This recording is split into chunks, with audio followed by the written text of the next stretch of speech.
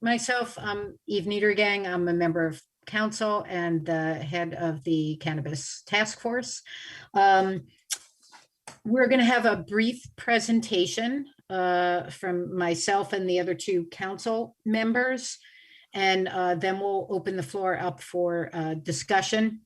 Just want to lay out some ground rules. So please, if you're not speaking, mute. And if you're not on the task force, if you could turn off your camera for now, just during the presentation part, so that the CTF members of the task force will be elevated more naturally to the top of the page, and people can see who they are.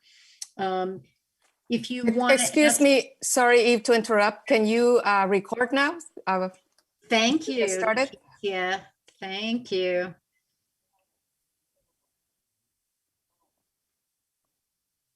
Recording in progress. Thank you so much. I can't believe after the number of times I thought that I had to remind myself to do this, and I forgot. So thank you. That's why we don't do these things on our own. We always have colleagues to keep us focused. So if you wish to ask a question, you can do it either by raising your virtual hand, or you can post a question in the chat. There's a question in the chat about, will closed captioning be enabled? I don't know how to do that. Michelle or Leticia, do you? That's the first. No, I don't believe we actually have been asked that in the past, and it's something that we want to explore. But as of now, we don't have the capability. We may be able to, because it is being recorded and it's going to be uploaded to YouTube for the municipality. Perhaps through a YouTube function, we might be able to do some subtitle, the subtitle type. Yeah, we should look into that for the future. Thank you for that suggestion, and sorry not to be able to deliver for today. So anyway, so you can raise your virtual hand, or you can put a question in the chat. Leticia is going to make sure we have a copy of the chat for after, and we'll be keeping track of the questions and comments so that even if we don't answer things tonight, it'll be on our agenda to address in the future. Since we do have a pretty good number of respondents here, please try to keep your comments to about 3 minutes. Again, there'll be other opportunities to reach out through public meetings or through the task force meetings. I just want to start by giving a brief update on the state legislation. So as you may recall, back in November, New Jersey voted pretty overwhelmingly to legalize cannabis. It was more than 70%, and Princeton voters were higher than that number. Governor Murphy signed legislation in February, and the Cannabis Regulatory Commission, which is supposed to enact all the rules that will allow legal cannabis in the state, had its first meeting on April 12th. And the Cannabis Regulatory Commission, or CRC, will issue its rules in August.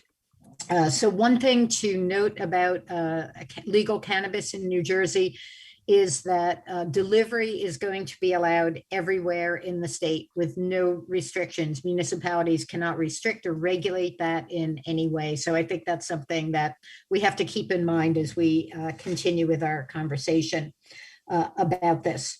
So according to the way the law was passed in the state, municipalities are automatically opted in the relevant zones, that is either commercial or industrial, for cannabis.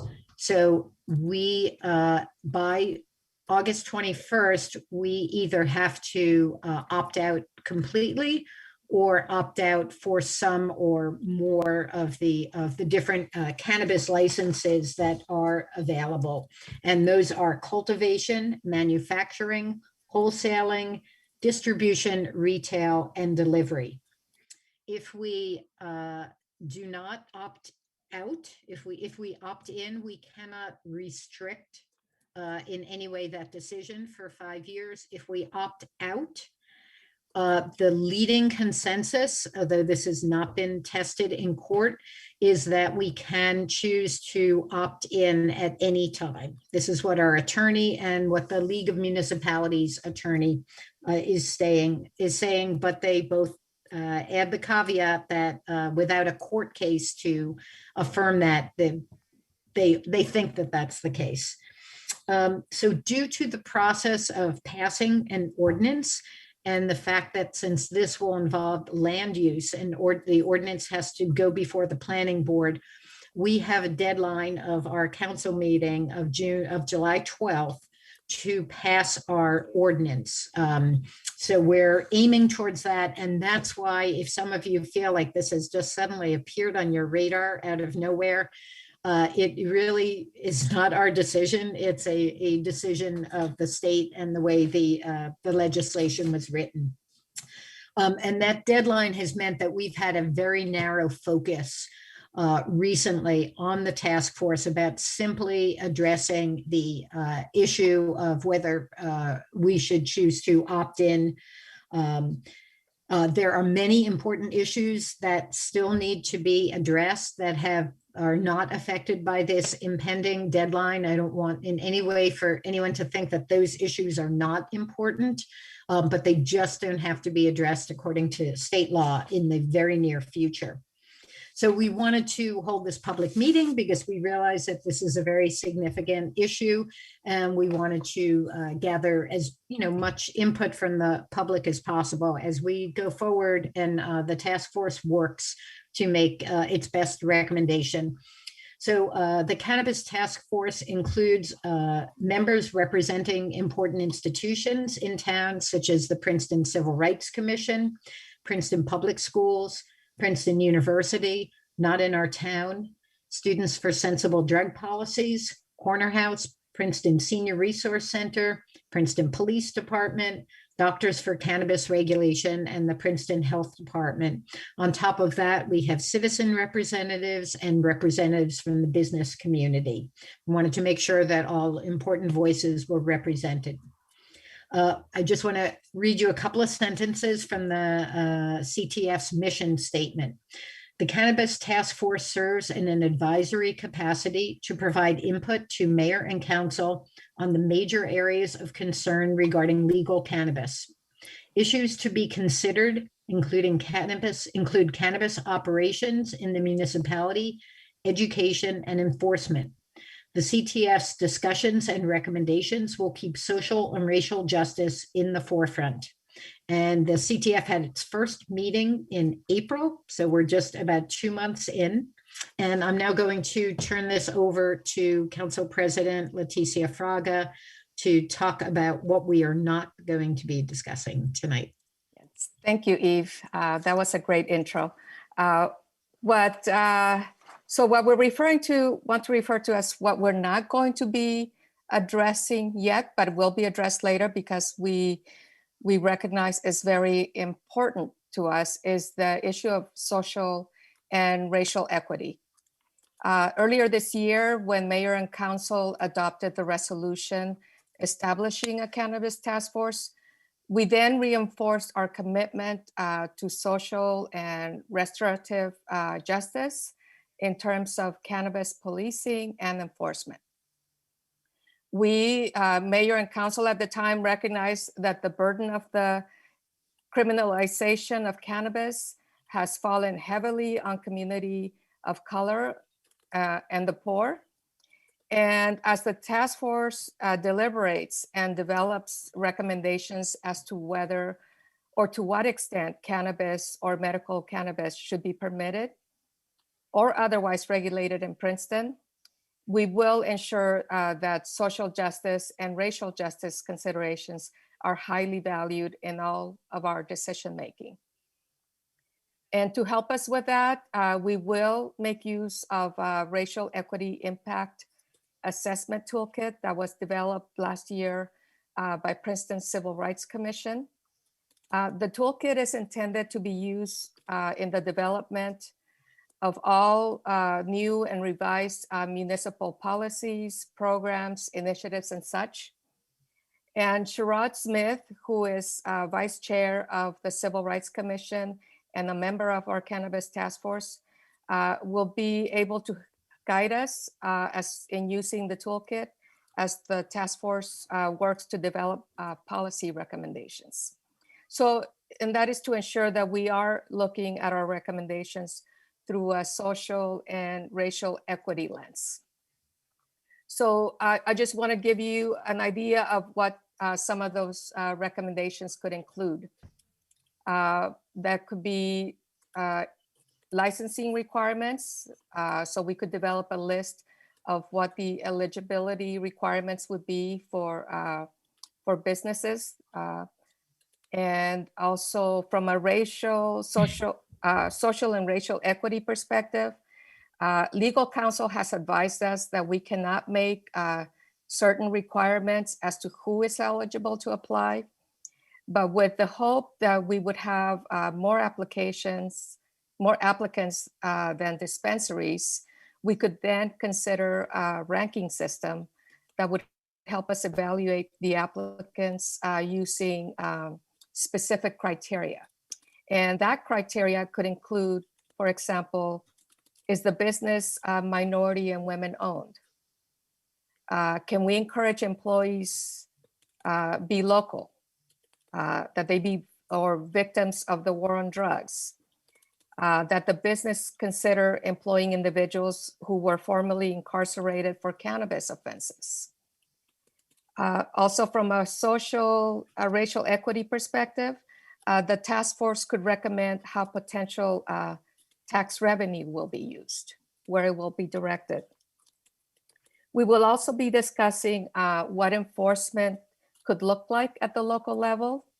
As Councilwoman Niedergang mentioned, we do have a representative from the Princeton Police Department serving on the task force that will be able to provide input as we discuss that.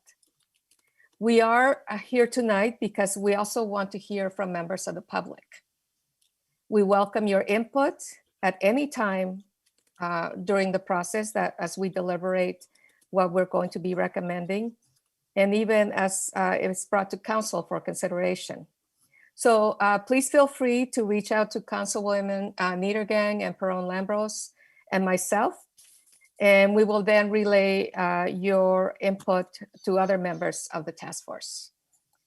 I will now turn this over to my colleague, Councilwoman Michelle Perron-Lambros, who will give a presentation on zoning, planning, and operational considerations.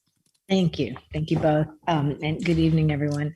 I'm going to share my screen. I have a PowerPoint here. Just give me 1 second.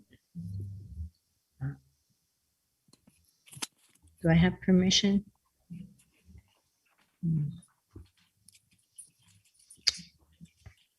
Eve, if you're the host, you should be able to. Yeah, I got it. you got it? Okay. Can you see that? Everyone? Yes, we can. Just make that, let me just play it as a slideshow.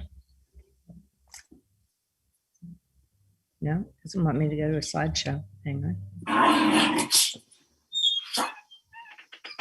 Sharing for 1 second, sorry.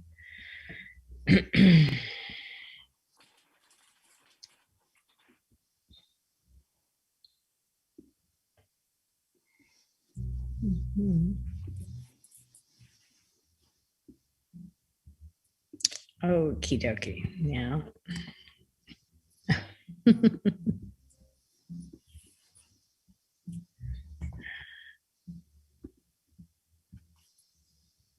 I had that all set up. But...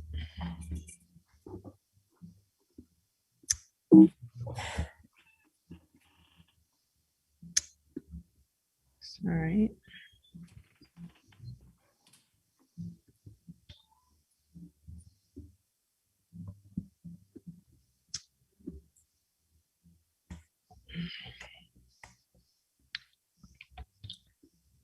Okay, just 1 second. It lets me go to the slideshow, but then I can't see the screen to get back to the Zoom call. So 1 second. Guess I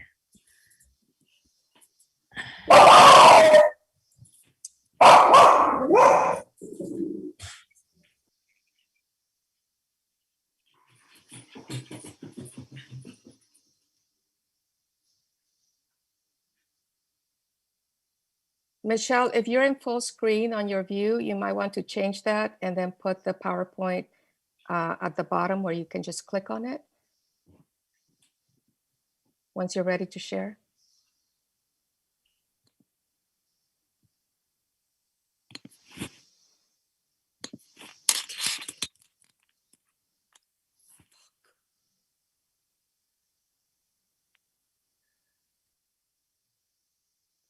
Yeah, I've silenced my dog. I think as everyone see the PowerPoint now, I think, all right. Yes, we can see it.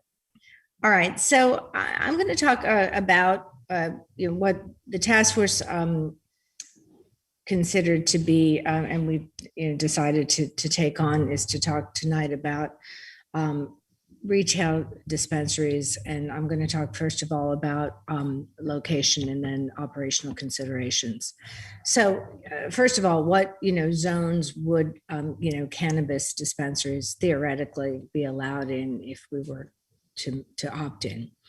And then how many total cannabis retailers would we allow in town as a total? So as Leticia mentioned before, one of the things that we want to be sure is that there's going to be enough competition that some of that important criteria that we'd like to have, which would be based on minority ownership and local resident preference, we can only do that if there's competition.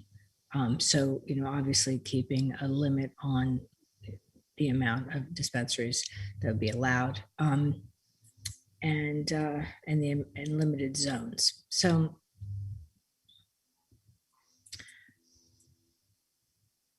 So some of the areas that we're looking at for the various dispensaries that could be allowed, but even if we zone that these areas are allowing dispensaries, it doesn't mean that automatically dispensaries would pop up there, because you have space availability, rental prices, the landlord desirability, transportation, parking issues. Yeah, give me 1 moment. I'm sorry. I have 5 minutes.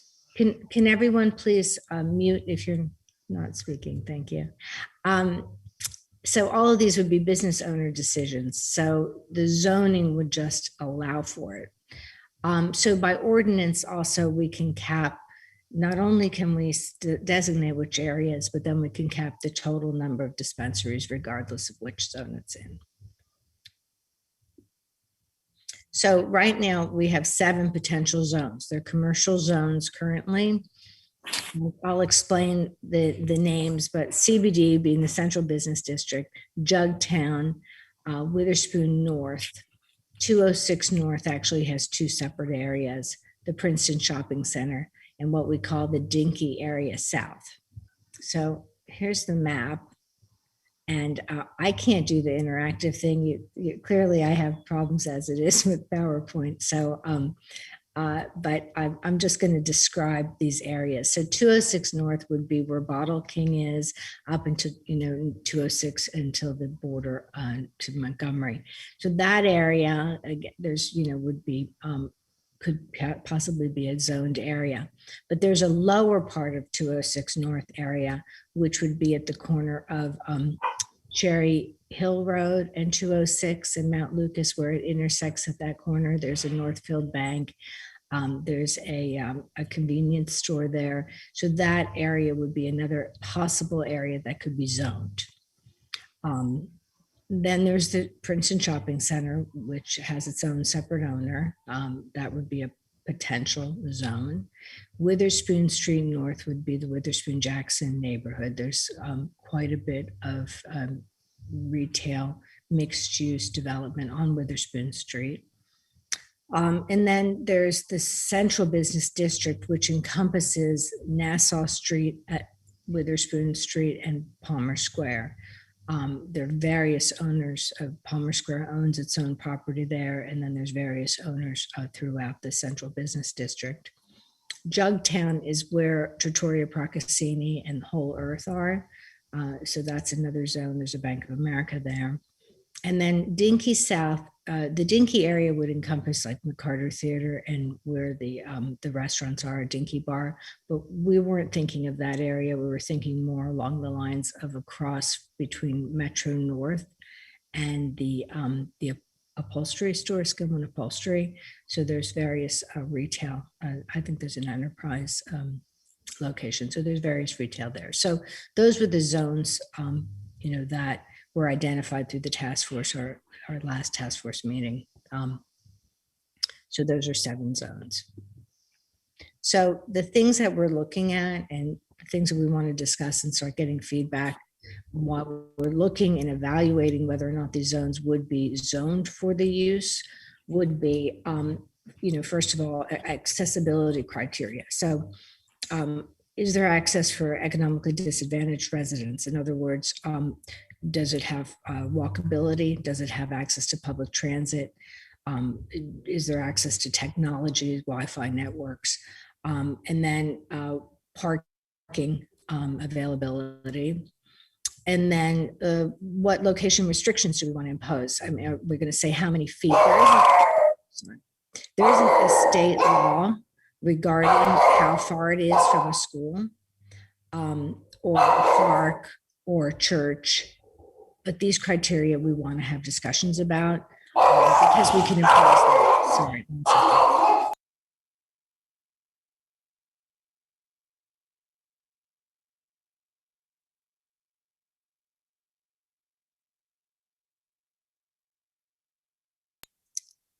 Someone just came to the door. Sorry.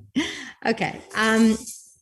Another criteria in terms of accessibility is whether or not we would anticipate allowing for queuing on the street, or would all the queuing have to be done within the retail establishment itself?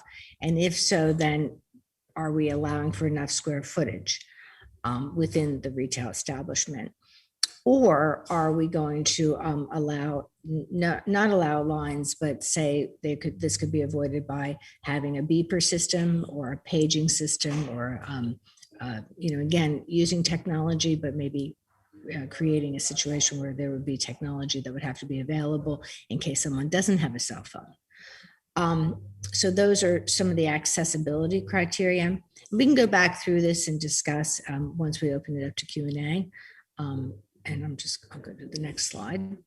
And then another visual criteria is what kind of signage are we going to allow? And this could be different in different zones. If it's in a historic zone, it's going to be subject to Historic Preservation Commission approvals, just like any other commercial signage. Words like cannabis and weed and smoke shop they're prohibited by state law. And I have some pictures of what those could possibly look like. This pharma sign here, where my cursor is a dispensary, very discreet. The green solution, a little less discreet, but discreet nonetheless. That type of thing where it's within our codes, within the look of our commercial districts.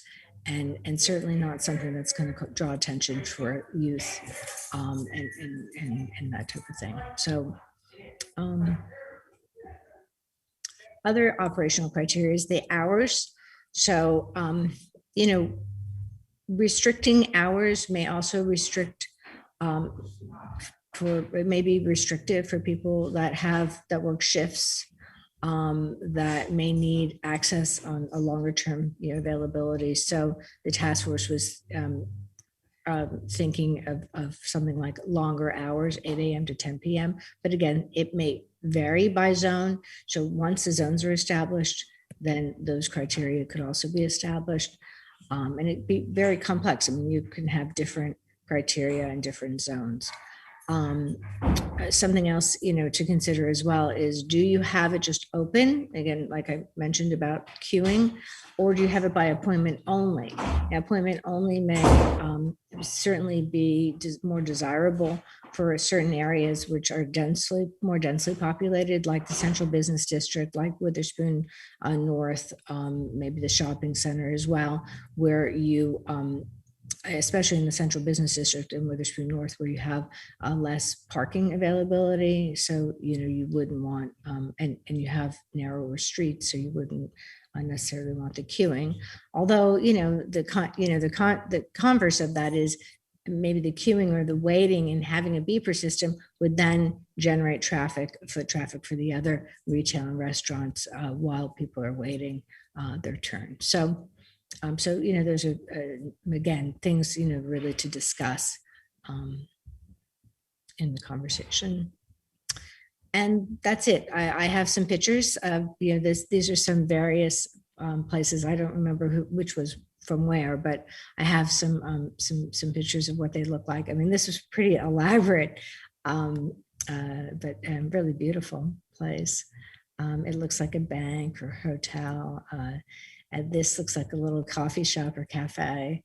And then again, this very, discreet, very nondescript, and done tastefully.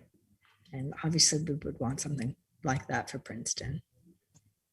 And that's it. This looks like a hotel. This looks like, adjacent to the tap room or something. So, anyway, that's it. I'm going to stop sharing, and I'm going to turn it back to my colleague, Eve. Yo. Thank you. Thank you, Michelle. Thank you, Leticia. We're open for questions, comments. Just, I have a question. Again. John, can you please mute? How is still so good? You can mute him, Eve. Yeah, I'm trying to find him.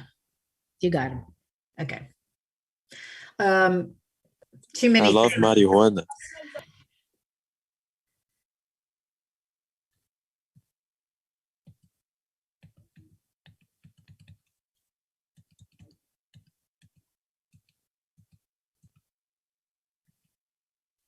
Okay.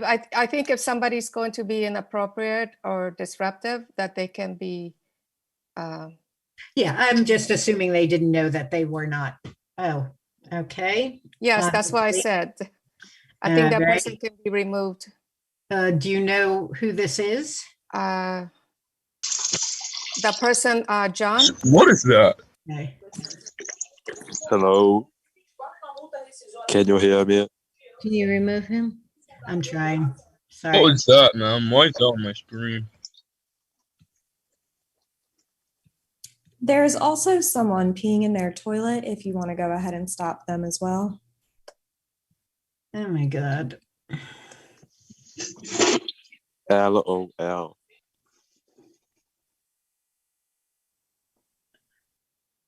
right, we can. Okay, that was one person. Is there anyone else? So you need to remove Fernando. Fernando. Okay. I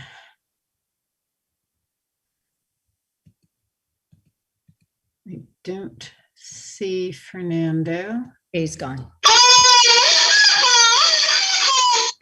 And that's Hugh. That is, oh no. But Hugh has his hand up. Okay, got it. All right. Hugh, let me call on you, and Leticia and Michelle, please help me keep an eye on I'll keep. participants. So, Okay. Can you hear me okay? yes. Yes. Excellent. I can promise you those things were not from me. So my name is Hugh Giordano, and I am a union representative for the United Food and Commercial Workers Union. We are the official labor union that represents cannabis workers from seed to sale, both adult use and medical. And I first off want to say thank you very much for having the leadership and the foresight to even put together a committee. I've been traveling the state, and unfortunately there's not many towns, cities, or boroughs that have the leadership qualities that you all have shown by sitting down and talking about it and having real discussion. So as a labor representative, I really appreciate that, and I thank you. As you know, the UFCW supports the cannabis industry, and I know that we had brought up some topics about social equity, and those are things you're going to be considering for the future. Workers' rights and social equity are the same conversation, and I hope that when considering a merit-based program, such as the City of Bayonne's, that you will consider labor rights as part of that as well, because it is without a doubt part of social equity. If workers' rights and social equity are not in the same conversation, then it's not pure social equity. So I would hope that wages and benefits and all those types of labor standards.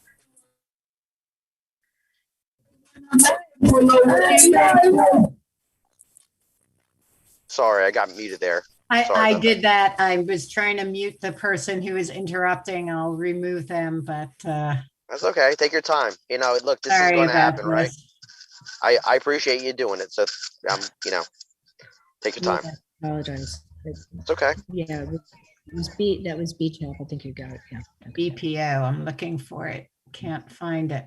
He's off now. Okay. I would certainly ask that please don't let these types of folks discourage you from having these types of public forums, especially online for people that are disabled and sick. I think it's great that you're doing it. So thank you again.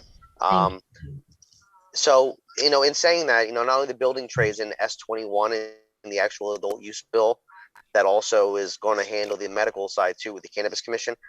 There's also the retrofit and build out is done by the union building trades. So not only is it seed to sale UFCW, but it's also the build out and retrofit using IBEW carpenters.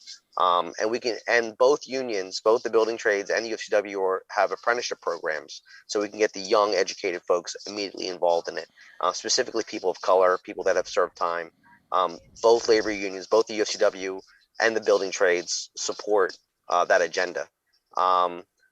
So in saying that, I would just hope that you keep an open mind. Thank you for having the conversation. Wow. Please support a merit-based program like Bayonne did and put labor standards. And you will have an absolute support from the labor movement here in New Jersey.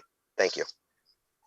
Thank you. And Hugh, we have been looking at the Bayonne ordinance. That is a good example. Thank you for your input. Thank you, Hugh. And Lefty, you were next, and then David. And I'll just keep removing people, and I may mute you in an attempt to stop inappropriate comments, and I apologize ahead of time for that. Good evening, Council. My name is Edward Lefty Grimes. I'm with sativacross.org. We're a 501c3 here in New Jersey, advocating for disabled rights and for cannabis patients' rights. And I've actually been called a Zoom bomber before, and I'm kind of surprised that these Zoom bombers would be on here when you got sick people, people that are sick and dying, that are hurting, and these people have nothing better to do than make it harder for the sick and dying to get their medicine, because that's what we advocate for: the sick and the dying to get their medicine. And these people that are here disrupting the meeting, I think it's absolutely disgusting. Absolutely disgusting display of humanity. You got disabled war vets that need this medicine. These people wouldn't even have the right to be on these meetings if it wasn't for disabled war vets. I'll give you a chance to remove them. Thank you, Lefty. But that's kind of ridiculous. I don't let them discourage you, though. Hugh is right. These meetings are important to the sick and disabled. For years, sick and disabled have been asking for things like online schooling, online church, online council meetings, online work. And finally, disabled people got all those things, but they gave them for healthy people. So for 14 months, healthy people got all these things disabled people have been asking for. And now they're taking them away. And a lot of these towns are taking it away. So I'm glad to see that you guys are offering this because a lot of towns are saying we don't do it anymore. We can't do it anymore. Well, you choose not to do it. You should always try to help the disabled and let them take part. My friend Jeff took part from his deathbed. He advocated for cannabis. So please consider people in wheelchairs when you make any kind of ordinance, and how far someone in a wheelchair should have to roll themselves to get their medicine. It's not easy. They say we have delivery. We don't have delivery. Jake's Law did not. It gave us delivery, but nobody's doing it. And delivery is going to be another charge. We're getting taxed by the state 7%. We're getting taxed by the towns 2%. And then they want to add a delivery charge onto that. We need help. We need all the help we can get. We're hurting people. We're sick and dying. And I'm sure some of these Zoom bombers have relatives and family that are sick and dying. And it maybe wouldn't be so funny if you saw someone in a wheelchair, saw someone with cancer, suffering, and needed medicine and couldn't get it. So I thank the council for this meeting and for offering it online and for considering the putting the last first. And I'll end with this. They went with songs to the battle. They were young, straight of limb, true of eye, steady and aglow. They were staunch to the end against odds uncounted. They fell with their faces to the foe. They shall grow not old, as we that are left grow old. Age shall not weary them, nor the years condemn. At the going down of the sun and in the morning, we will remember them. Thank you. Very upsetting. Thank you, Lefty. Excuse me. I just want to let you guys know that someone shared your meeting code and your passcode on Twitter. All right, we're gonna have to cancel this. I can't. Yeah, you guys have to cancel it because they're gonna keep joining it. And No, absolutely not. I'm not going to let yeah, them it's do really that. messed up. Galaxy something here. Galaxy. All right, we're all adults on here. I am just going to No, do. I'm sorry. Not all of us are adults, obviously. Yeah. And Yeah, it's just really messed very up. unfortunate. Can you remove that Galaxy person? I am certainly trying to We do can- so. If you go by alphabetical, just so that Yes. we can. It's They not make showing steps. up alphabetical. He's Well, fine. just click on the picture and then the three You guys dots. can fix it by disabling Thank you. mics, and disabling share screen. Yes. Can See what I can do. whoever's sharing is providing that guidance. Thank you for that. You're welcome. It's Michael DeSanto. Thank you. Guys, I'm not adult. What do I have to do here? You can also enable the waiting room. I think we need to disable. Disable disable screen sharing. Disable. I just disabled screen sharing. Disable the mic. No, you're not gonna disable the mic. You're not gonna disable the mic. You're not gonna disable the mic. It's not allowed over here.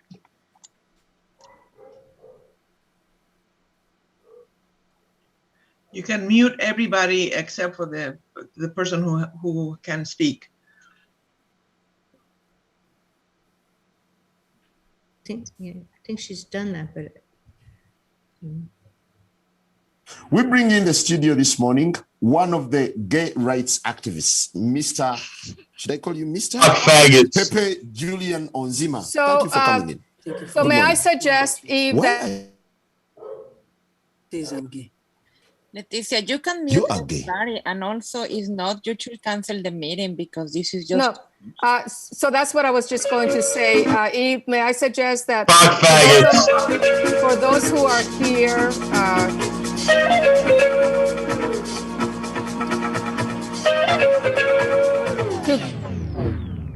Niggas in my butthole, niggas in my butthole, niggas and niggas in my butthole, niggas in my butthole, niggas in my butthole, niggas and niggas in my butthole. You can't find that person. It's at the top. Eve, it's at the very top. It shows, go to participants, click on participants, and it shows up at the very top. Niggas in my butthole, niggas and niggas.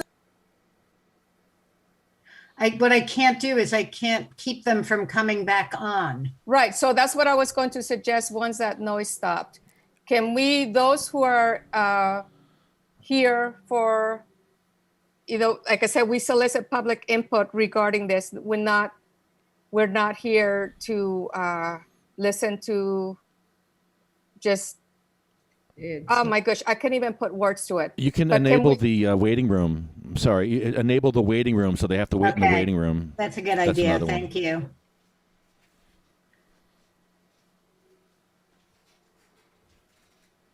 And I'm sorry, we didn't Okay, I'm realize that locking it the was going to be an meeting. issue. Okay, I've locked the meeting. No one else can join. Hopefully that will do it. My deepest apologies.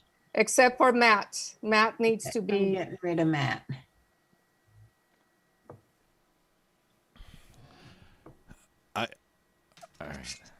I had to mute myself. I really My video. we need to apologize song- to everyone that song because kinda made me really laugh. we not, Matt did And not I imagine. didn't want them to see me laugh. And this is not really funny. This is actually this would disrupting happen. a very important meeting. It's disgraceful. It's so awful. But that song was funny. All Why right. would you play a funny song? Make I'm me- hoping we're okay now, and I have to apologize. I'm not that talented at this, but haven't been a problem. I really apologize. And David, can I turn this back over to you? I'm really sorry. Whatever you were saying, if you don't mind starting from the beginning.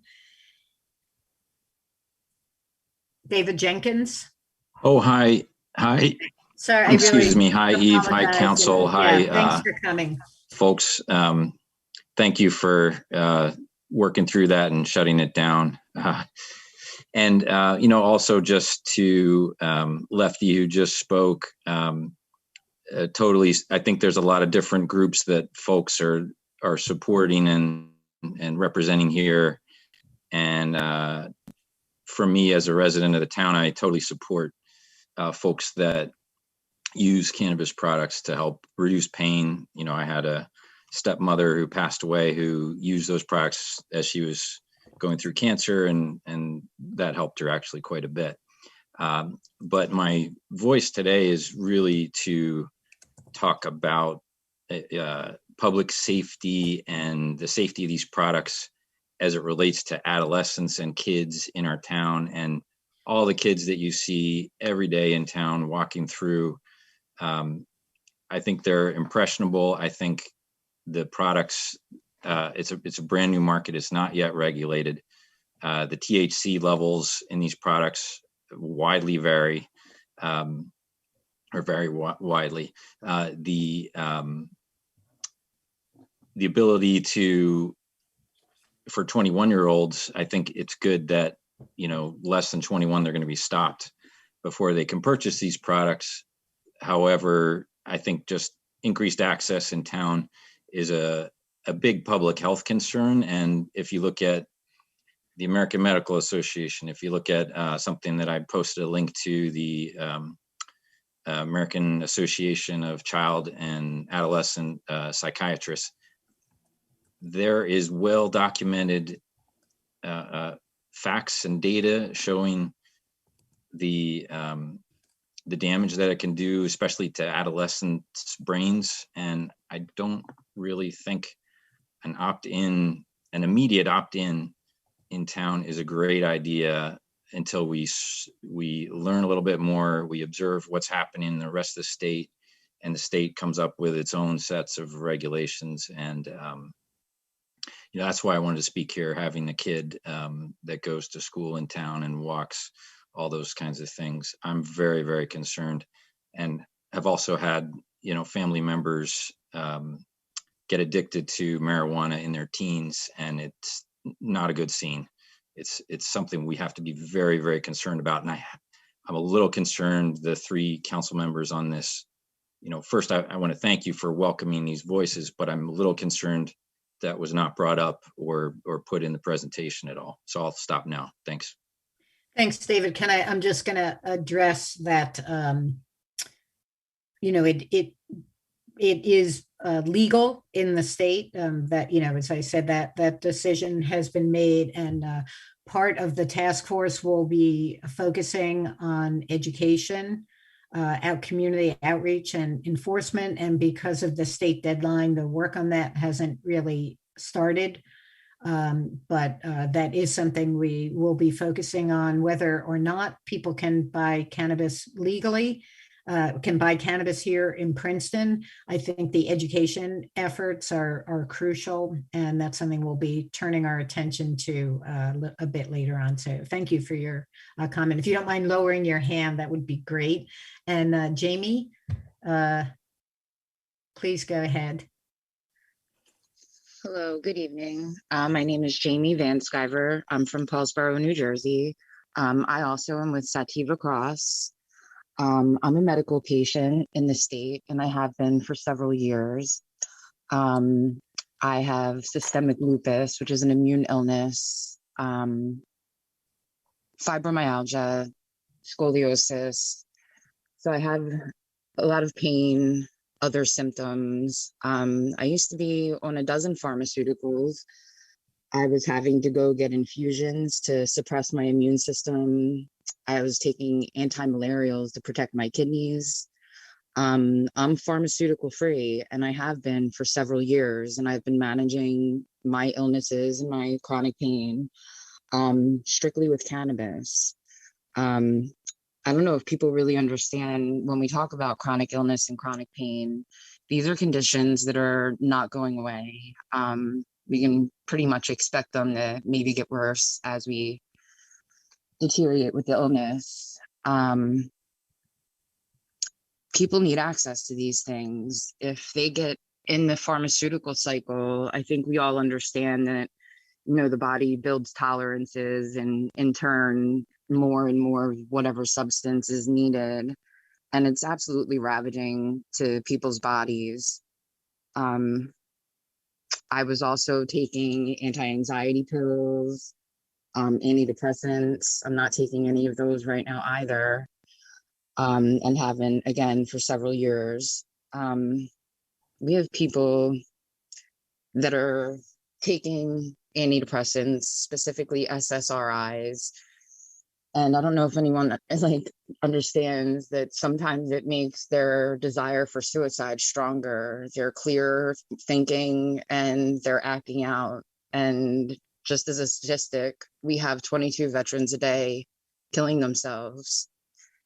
And so many of them are speaking out about how this has helped them, that they're not on pharmaceuticals, and they're there and alive to speak about it. I hope that you at least allow people in your community that need this medicine, at least medical access. I see that 75.29% of your constituents voted for legalization. They want that in their community. It's a legal substance. They really shouldn't have to travel hour or wherever to go get it. Like, the security I know is, you know, sometimes concerning to people. It's very much not the case at all. When you enter a dispensary, I actually show two forms of identification, one of them being my medical cannabis card and another state DMV ID.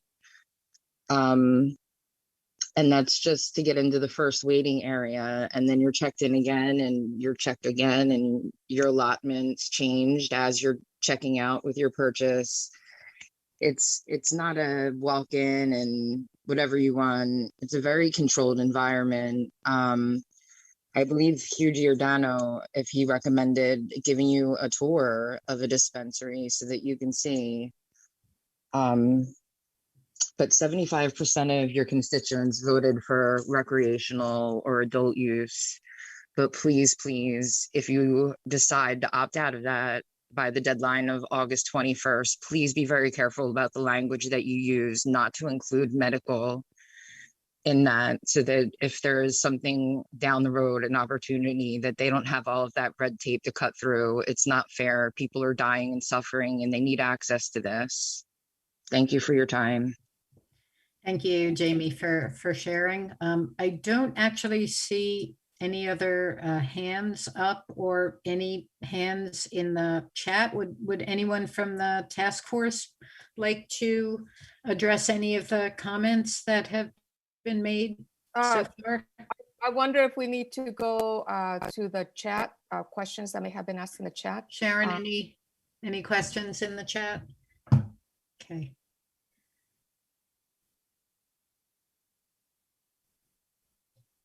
No, there's nothing that hasn't already been addressed. Thank you.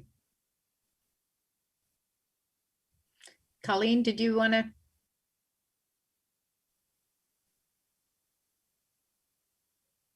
I just wanted to assure people that whatever we might build as a dispensary in town has to be ADA compliant. So the other gentleman who spoke mentioned wheelchair accessible. And so, you know, anything we might consider in town will be fully ADA compliant.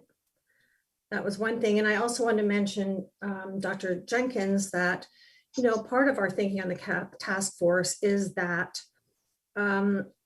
you know, underage youth in town are purchasing marijuana through illegal venues, and we have no way of controlling the quality or content of that product in the market. And, you know, part of our hope is that some of this illegal marketing of the drug might leave town if we have legal dispensaries. And there's very, very clear access prohibition to the dispensaries. As Jamie had said, you needed your, you know, state photo ID. And so I think it wouldn't be that hard to screen minors from accessing our dispensaries. I think that's it. Thank you, Colleen. Mr. Parker.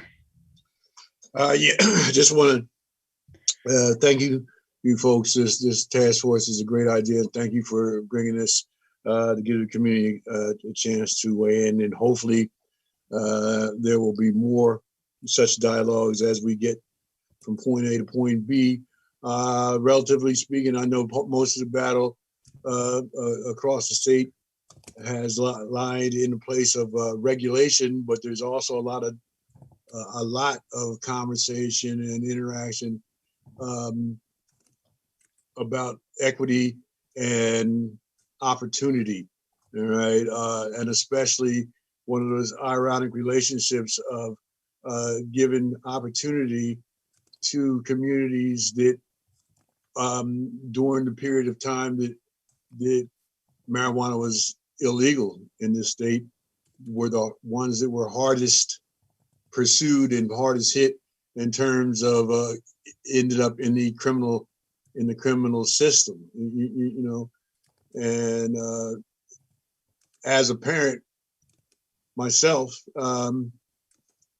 I absolutely would be concerned about access and the impact of on young people. But then again, on the other hand, part of the regulatory process, much like alcohol, right, is going to be controlled by age, and the same process that you would if you're going into the dispensary to get this. It ain't like you can go in there and get it without a proper ID and that kind of stuff.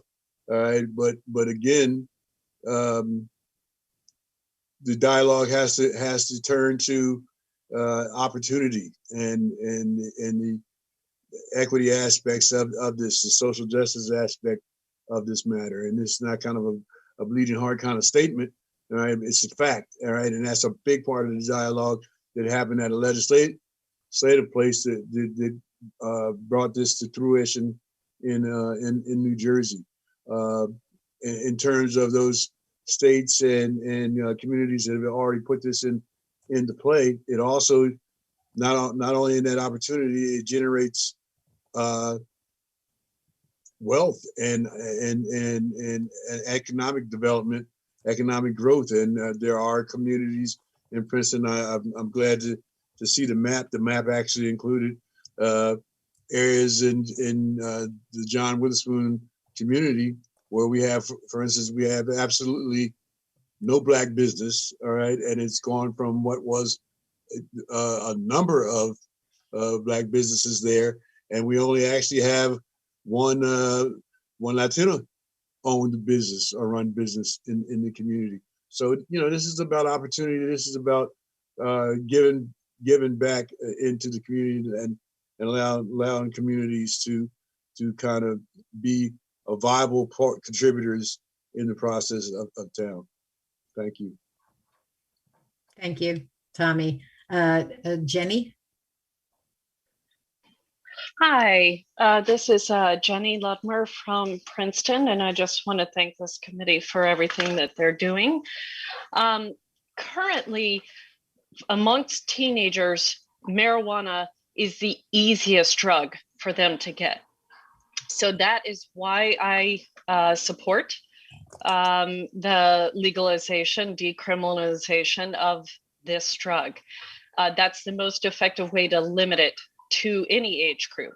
However, I just want to echo the previous gentleman's comments with concern, because parents and adults that will have access really need to understand that just because New Jersey is moving to legalize this does not mean it's safe for adolescents, especially not with the potency of where marijuana is now compared to where it was when they were kids. Things have changed, and addiction is a serious illness that every parent needs to understand can happen to their children. So I'm hoping that the education piece of this, as it gets, I understand it's coming later, but I really hope that that is carefully thought out as to how we ensure the public understands that nuance of legalization is not the same thing as meaning it's safe for everyone. Thank you. One of our members who's not here tonight, David Nathan, who is with a group that he co-founded called Doctors for Cannabis Regulation, will be the first to echo, I think, what Jenny said, that the data is really good, that this is not a product that should be used by young people. I think what he'd also say is that if you look at an adult, that compared to other products such as alcohol and tobacco, that the health impact is less severe. But absolutely, there has to be a concerted effort. I don't think anybody is going to disagree with that, to keep the product out of the hands of young people. So thank you, Jenny, for your comment. And that's something the Education and Outreach Task Force will be focusing on. Other comments? The floor is wide open.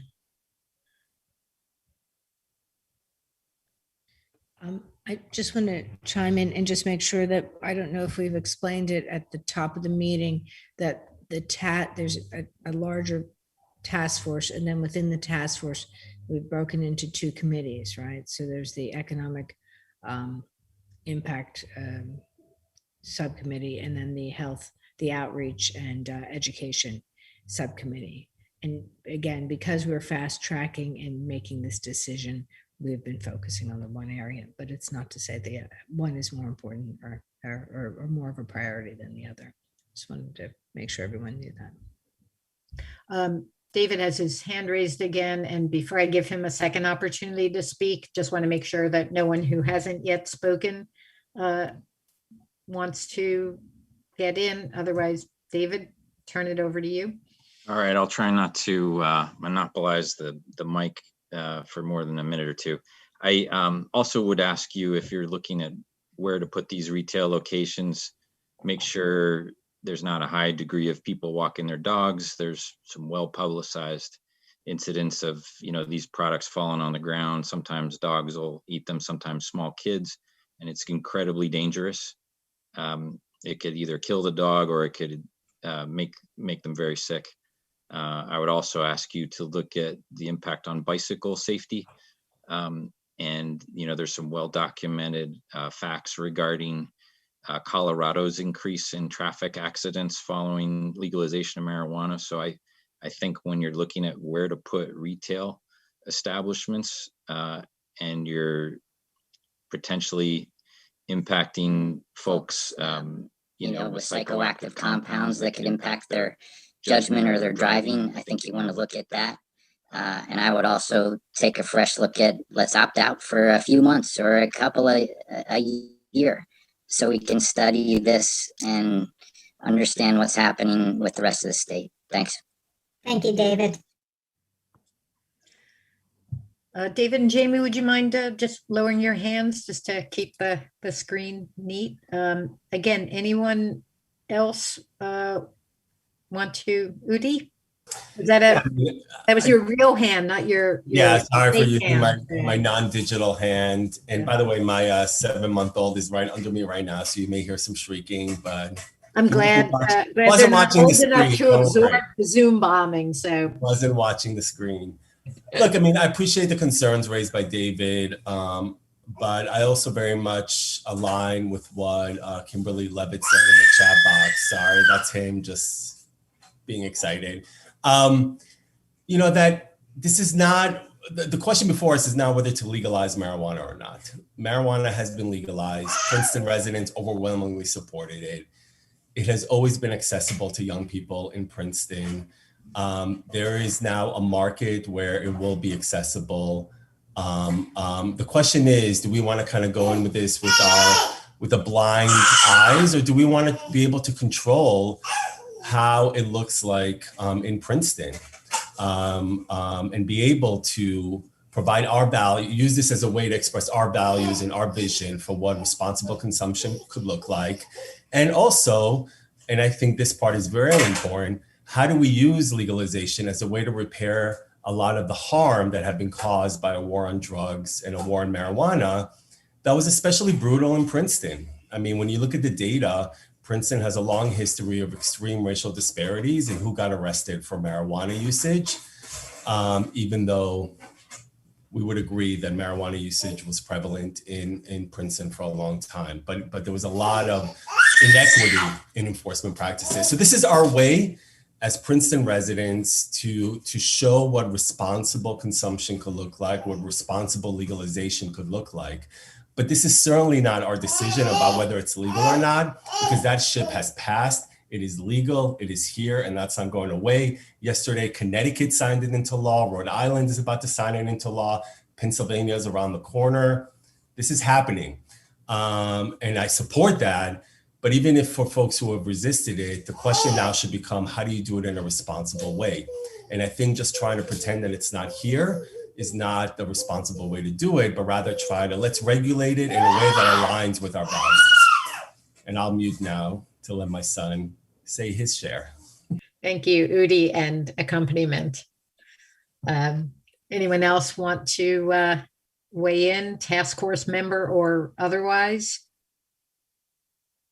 Eve, I just, and you may have already mentioned it, but we need to reinforce that whatever recommendations are made, especially given the very tight deadlines, if the decision is made to opt out because we're not ready with our recommendations of what opting in would look like, that does not mean that we can still continue working on that policy to opt in once we're ready. Thank you for that clarification, Leticia. Michelle, any?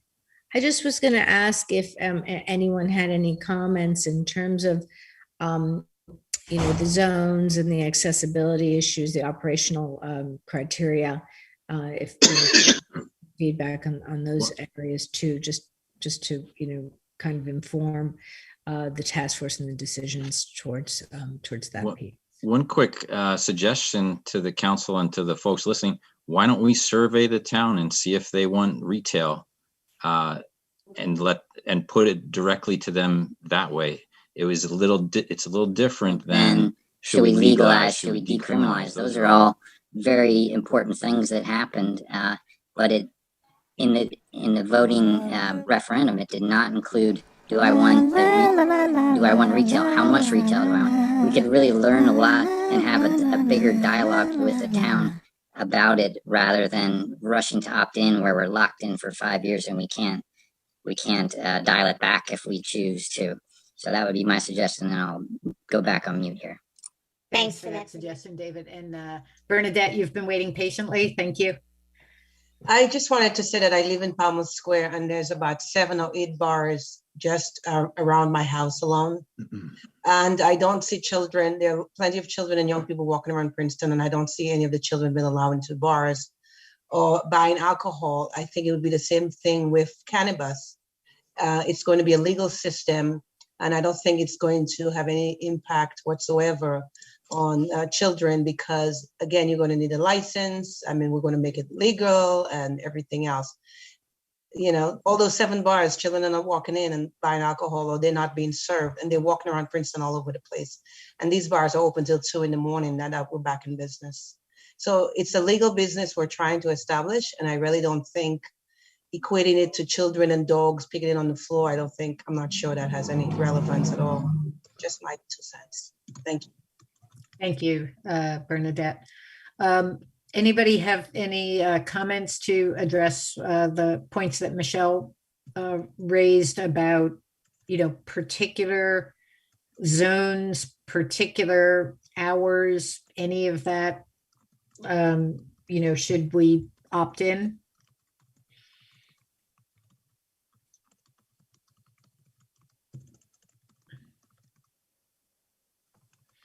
All right, so barring that, unless anyone has any last words, I'll ask Michelle and Leticia particularly. Jeff? I think, Colleen had her hand up too, and Jeff. Oh, I'm sorry, I didn't see that. So let me go to Jeff and then Colleen. Thank you. Yeah, so just thank you for the discussion. I just wanted to say that I do disagree perhaps a little bit. I believe that this will have a big impact on our kids, and I do worry a lot about it. One reason is if you look at alcohol, there's so many laws, you can't buy it under 21.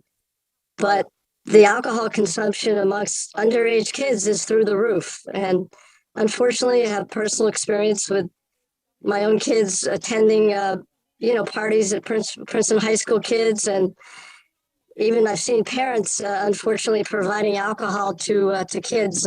They think it's safe for something in the house, but I truly believe that, that it's, I wish we could protect our kids more, but I do worry that, of course, with legalization, I know that's not the issue here. It's already legalized, but I think that's going to be more and more of an issue as the years go by, that if we see the rates of drug use going up. Like, as alcohol usage is amongst our underage kids, et cetera. It's very concerning to me, and I think probably to most of us. And I also, in terms of opting in, opting out. I also feel that opting in does actually hurt in certain ways, and what I think it makes it accentuates the negative impacts of legalization. In terms of providing greater, availability, greater, greater publicity, greater visibility, etc. And I honestly feel that Camden. It will accentuate drug use as a result. So anyway, I just wanted to say that. Besides the retail facilities such as ShopRite or Acme, Catelli Brothers, J&J Snacks, and all those surrounding areas, we also are the official labor union that represents cannabis workers from seed to sale, both medical and adult use, under the guise of the AFL-CIO. And we are also working with the NJ Building Trades in regards to the retrofit and the build out. So not only is it seed to sale union with the UFCW, but it's also shovel to sale, including the building trades. Both, I just wanted to first just say thank you so much for showing leadership, for diving into this, for really finding the best ways to help the working class in the city of Camden. If anybody in the state deserves a fair shot at this industry, it's the workers, the working class folks, specifically people of color, whether they're African American, Hispanic, or from other immigrant areas. The city deserves it. And I wanted to just commend you on your leadership on that, the whole team. So In saying that, the state in S21, in both medical and adult use now, labor standards have been set, and New Jersey has some of the best standards, and they require a labor peace agreement, which gives the workers the right to form a union without having rebuttal from companies hiring anti-union lawyers and threatening workers for wanting to form a union, which is their right under the federal law. The state strengthened those laws, and I think this is an opportunity to create living wage jobs with healthcare, sick time, vacation time, dental, vision, retirement, and training. Both the UFCW and the New Jersey building trades have apprenticeship programs. So we are currently working to expand those, and we would like to get the city of Camden more involved in that as well. So you talk about resources. These are the type of things that the UFCW and the building trades want to get involved with. The city of Bayonne passed an ordinance, not perfect by any means. There's some equity issues there with licensing fees and so forth. And those things need to be evaluated between regular license classes and micro license business. So you could separate those types of fees so to make sure you don't drown out small business owners, specifically folks that live in your area that want to have a shot at this industry for a micro license. But they did pass a merit-based system, which just all it does is reinforces what the state's looking for as well. Environmental standards, labor standards. If they're polluting in Colorado, they're going to pollute here in New Jersey. If they're firing workers for wanting to form a union, or they're having anti-union rallies against workers who want to join a union, they're going to do it here in New Jersey. So these types of things have to be considered, and the Bayonne ordinance makes sure that, one, it protects those types of issues, environment, security, labor, but it also gives points for local ownership. So the merit-based system, to me, just reinforces the state, and it makes even the big guys have to earn it, because there's a lot of talent in the city of Camden. So I just want to thank you very much for that. If you want to tour the Garden State Dispensary, I can offer that as well. We represent, that was one of the original 6. It's a seed to sale operation. They're very transparent. Please come visit. Love to take you through. And I'll put my information in the chat box. Thank you so much. Appreciate it. Thank you, Mr. Giordano. Thank you. Madam Chair, next, Benjamin Saraco. Sorry if I mispronounced that wrong. That's okay. Mr. Saraca? Can you hear me okay? Yes. Am I coming through? Okay, great. So I live and work in the city of Camden. Really excited that this group has been put together, and appreciate you inviting the community onto the meeting. It's really interesting to hear about what your plans are. I just want to stress that I really appreciate all the thought that's going into doing community outreach, and I think that's really important. But I hope, and I'm not saying this isn't your view, but I hope that you work on actually forming the rules and regulations, or helping the ordinance be formed, so that this hopefully can be initiated in the city ahead of other neighboring municipalities, number one. Number two, I just want to be clear, I am calling in my capacity as a local resident that's interested in seeing this law be implemented in the city, but I do work for Rowan University, and I feel like I should mention that they recently formed the Cannabis Research Institute, which is partly based out of the Joint Health Sciences Center in the city of Camden. Part of that institute provides free advice. I don't want to say free, but provides public policy advice on the actual law that was passed. I'm not saying that you need, outside advice, but, if it is in the city, and I will put a link to it if it's something that you would like to maybe reach out to. Just wanted to put that out there. So thank you. Mr. Thank you, Benjamin. I think I see that if you can put that link into the chat. Oh, you did. Thank you. There.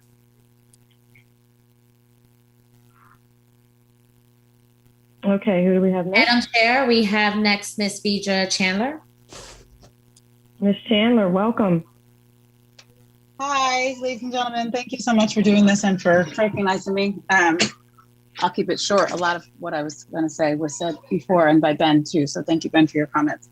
I know Michelle Spearman was just kind of listing things off the top of her head that we need to be considering when we're thinking about what our ordinance consists of. I just also wanted to make a point that while we're talking about visiting different communities and going to community meetings, that we just kind of keep zoning in mind and, you know, like kind of those planning things. And I think a lot of what might be interesting for municipalities, including our city, is just to kind of think about where we want certain things to be located, where people feel comfortable doing things. I obviously would be pushing for acceptance of all category of cannabis licensing. I think that we should be growing, we should be selling, we should be distributing, we should be, you know, we should be capitalizing on this opportunity in every possible way, especially since, as the chair mentioned, this is absolutely first and foremost, as indicated by our state legislators, an effort to remediate some of the impacts of the war on drugs. So I think we need to make sure that we are as open as we can possibly be. So I would just be interested in, as we visit community meetings and introduce ourselves, that we kind of remember to check out areas and ask the question of kind of like what, where, and maybe a little less of like what at all, you know, like I think there could be a time and a place for kind of every aspect of this industry inside the city, as long as we're thinking about this and planning. I also wanted to emphasize the issue of incentives. I think also mentioned in a couple different ways throughout this meeting. You know, if there's tax breaks available for large corporations moving to the waterfront, then surely there must be some tax break available for some small business.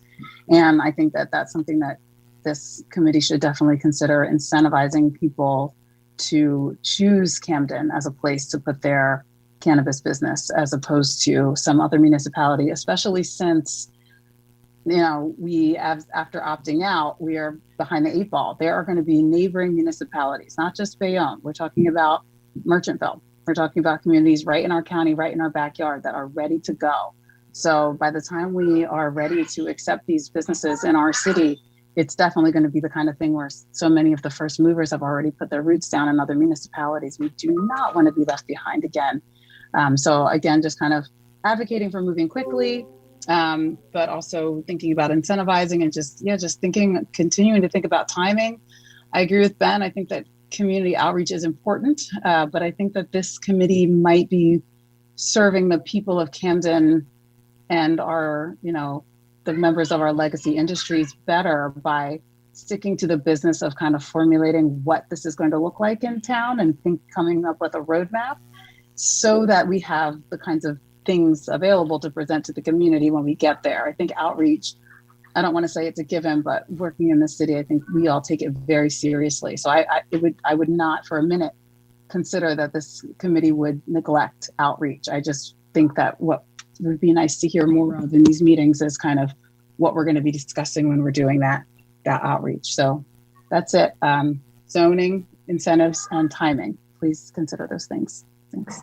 Thank you. Appreciate your words, Ms. Chandler. Who do we have next, Ms. Nathan? Awesome. Yes, we have next Mr. Leo Bridgewater. Mr. Bridgewater. Good evening, everyone. Can you hear me?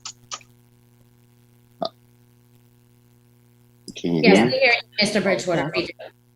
Sorry about that. Thank you, Madam Chair and committee members, for allowing me this opportunity to address you all. This is quite a time we find ourselves in. My efforts in trying to bring awareness and education, in particular with the community of Camden, New Jersey, goes back, I think, maybe 3 years now, Michelle? Yes, sir. And so my suggestion would be, as you engage the different wards of the city of Camden, and for those of you who don't know who I am, my name is Leo Bridgewater. I apologize. I am the National Director of Veterans Outreach with Minorities for Medical Marijuana.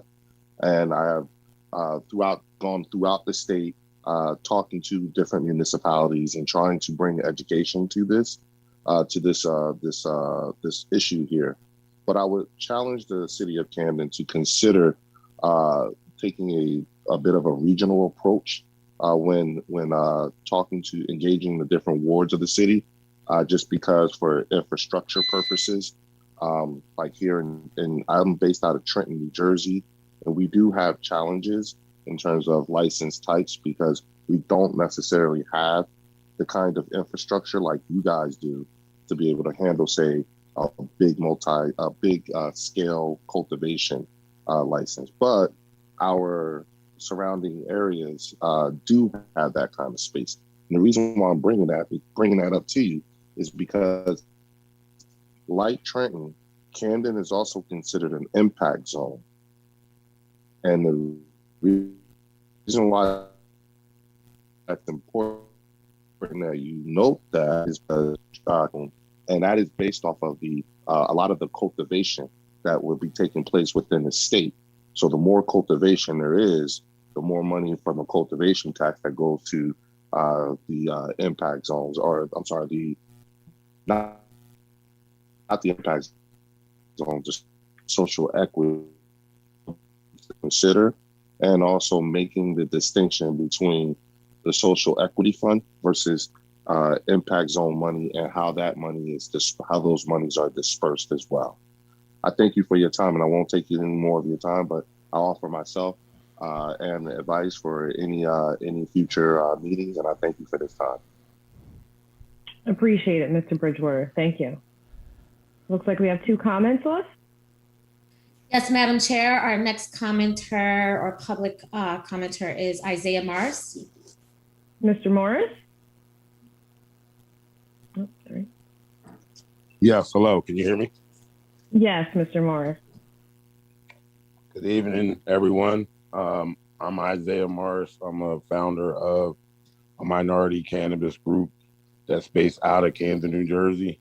All our people are from Camden, New Jersey, and I have just a few questions, a few concerns that maybe you guys can look at.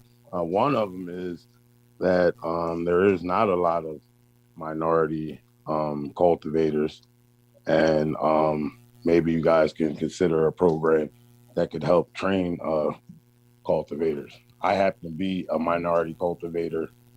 I'm from here. I lived in the West Coast for the past 15 years. I grew up in the industry over there. We know our outfit can handle a big tier license and which is a cultivation license, essentially, because that's where it starts. It starts with cultivation. If you don't have cultivation, then you don't have any industry. And if we don't have any control of that, then we would be in a situation where we wouldn't be able to, fulfill the things that we want to fulfill within the community, within the business, for jobs and people being recognized. So I would just say, considering that there's a group or maybe some other groups here that are actually serious, they have site control, they have financing for a big tier license, and with the deadline coming with the state, I wanted to know, as far as if you guys don't, come up with what we need to come up with before the deadline with the state, are we still able to fill out applications and then go forward with that? So, these are just things that I'm concerned with, because we are a group that's been at this for over 5 years. Like I said, I've been doing it for 15 years. Came back here specifically for this, so that, we can have an opportunity to do something for our people here in Camden on a business level and a holistic level as well. So these are just concerns I ask you guys to consider as you guys are moving forward. Thanks. Appreciate those comments, Mr. Morris. And let me just say, the reason this committee formed is because we know we're under the gun, but we also know that we have to make sure that we look out for your interests, and make sure whatever legislation recommendation that we put forth on a municipal level is advantageous to ensure that entrepreneurs and groups like yourself can flourish. So please keep in mind that we do want to move quickly. At the same time, we want to make sure we're putting together the best recommendations to enter in this market. Along with that, and understanding it's going to be, we still have a little bit of time before the state even releases applications. They won't even release their regulations until August. So we have a little bit of time, very little, but please know that we are working fast. And who do we have next, Ms. Mason? All right, so next we have Ms. Tiramisu. Tara? Yes. Ooh, hello. Hello. Sorry. Thank you so much for taking the time to hear me and for putting this together on a so very valuable, important topic to the city of Camden and to my industry. I just want to introduce myself for those who may not know. My name is Tara Sargenti. I'm known in the industry as Tiramisu. I've started the first edibles company in New Jersey 12 years ago, and I've been advocating ever since. Women-owned the entire time. I also sit on the board for the New Jersey Cannabis Business Association, the state's first and largest trade organization, in conjunction with many other great organizations to create equitable program in Camden. I hope to contribute to that as well. It's law, most notably the micro license. So just some things I want to mention, as I've been saying to many townships, is when you consider zoning, of course, the first thing everyone thinks about is protection and protecting children and other things like that, with the zoning of 1,000 feet drug-free school zone, as well as 500 feet from a park.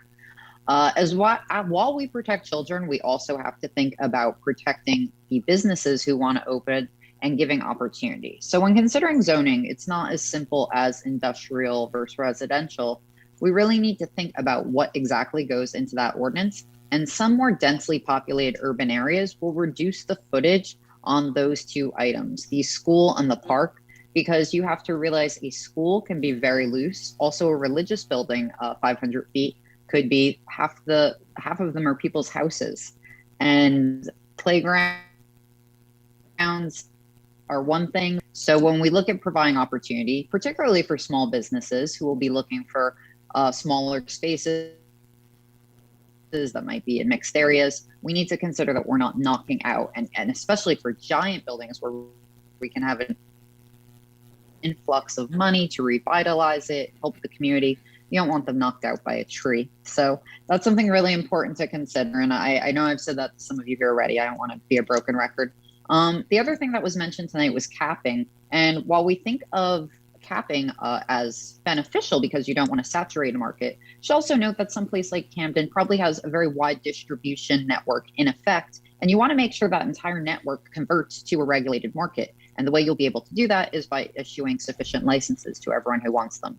So if capping becomes part of your ordinance, which I don't think it needs to be, because I believe the state will do a sufficient job dispersing these licenses, but please, keep in mind to be liberal with it, and also does as much party small business as they offer just general revitalization. So please consider diversity and size when you're writing these ordinances as well.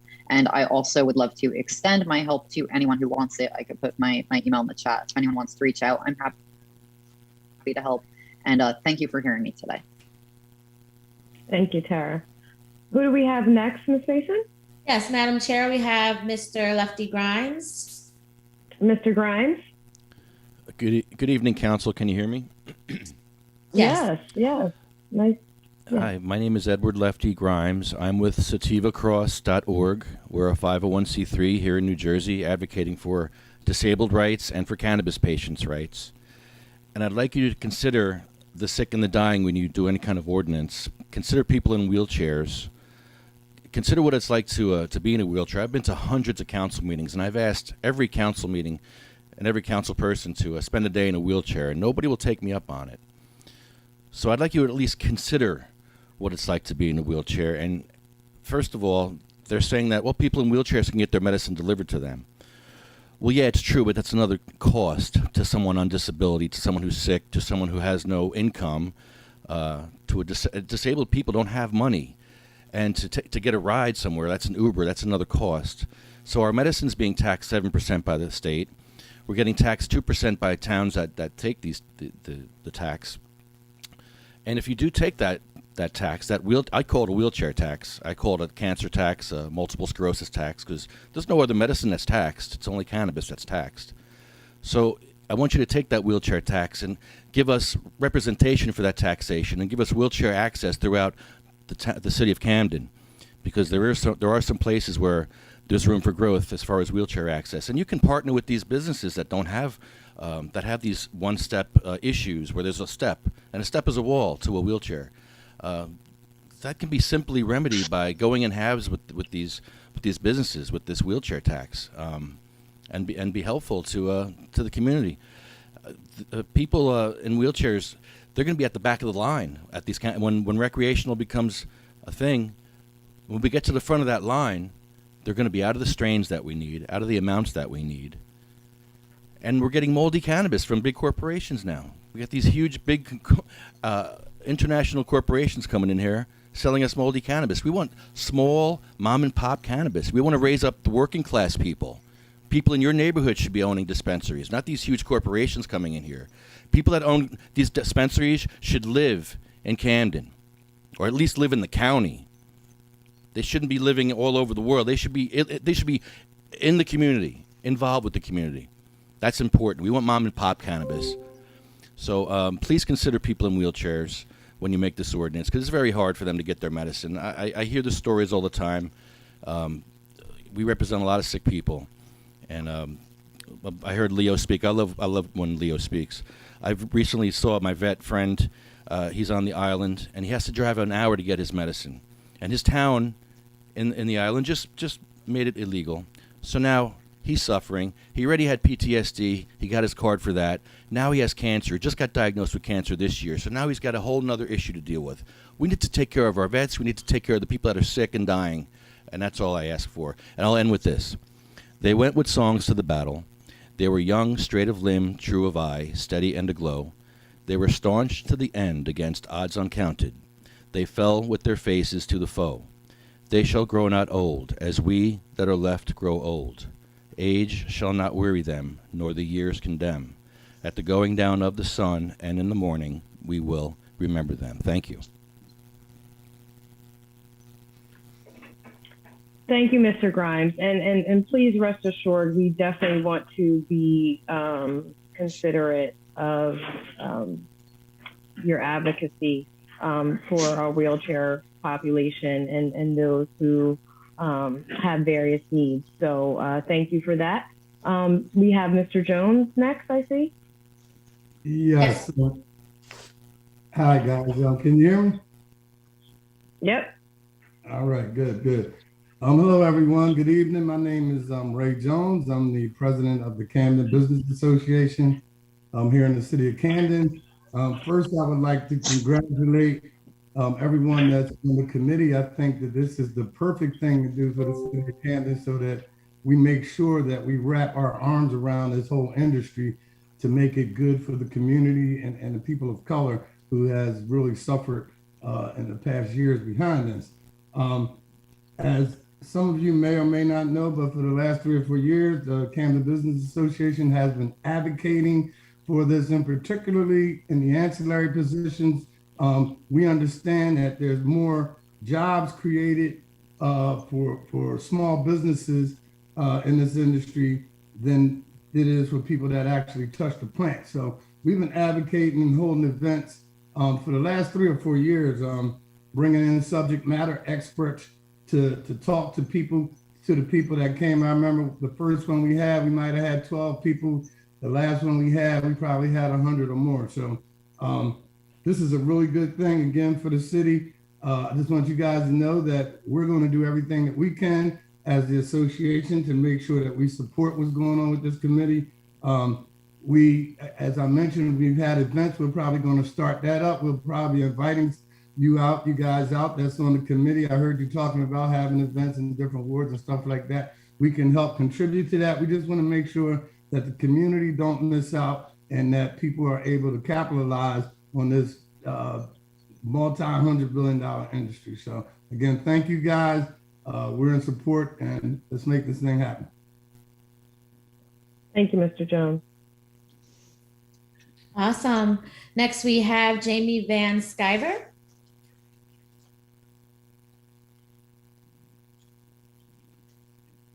Ms. Van Sciver.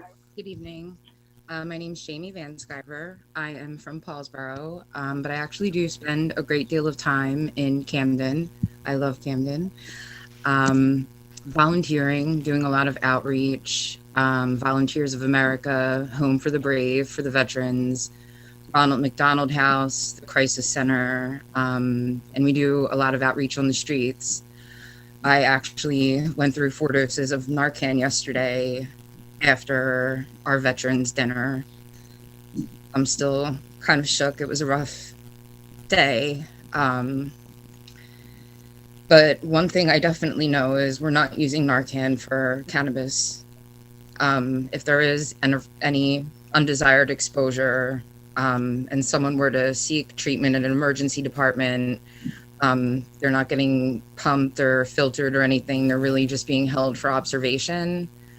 I'm a patient. I have been for several years. I have chronic illness, systemic lupus. It's immune disorder. I was taking a lot of pharmaceuticals. I was going for infusions. I was having to shut down my immune system, take anti-malarials to protect my kidneys. I was taking a lot of anti-inflammatories. I didn't dabble with any of the controlled substances, but it was very available, and I can see how people get problems. When we talk about chronic illness and chronic pain, these conditions aren't going away for people, and we can really only expect that they're probably going to deteriorate with our age and as the condition worsens. Cannabis has changed my life. I don't think it's hard to understand that people take medication and their body builds tolerances and you take more, and it's just not a good cycle for someone that's going to be dealing with this condition forever. We need to give people another option.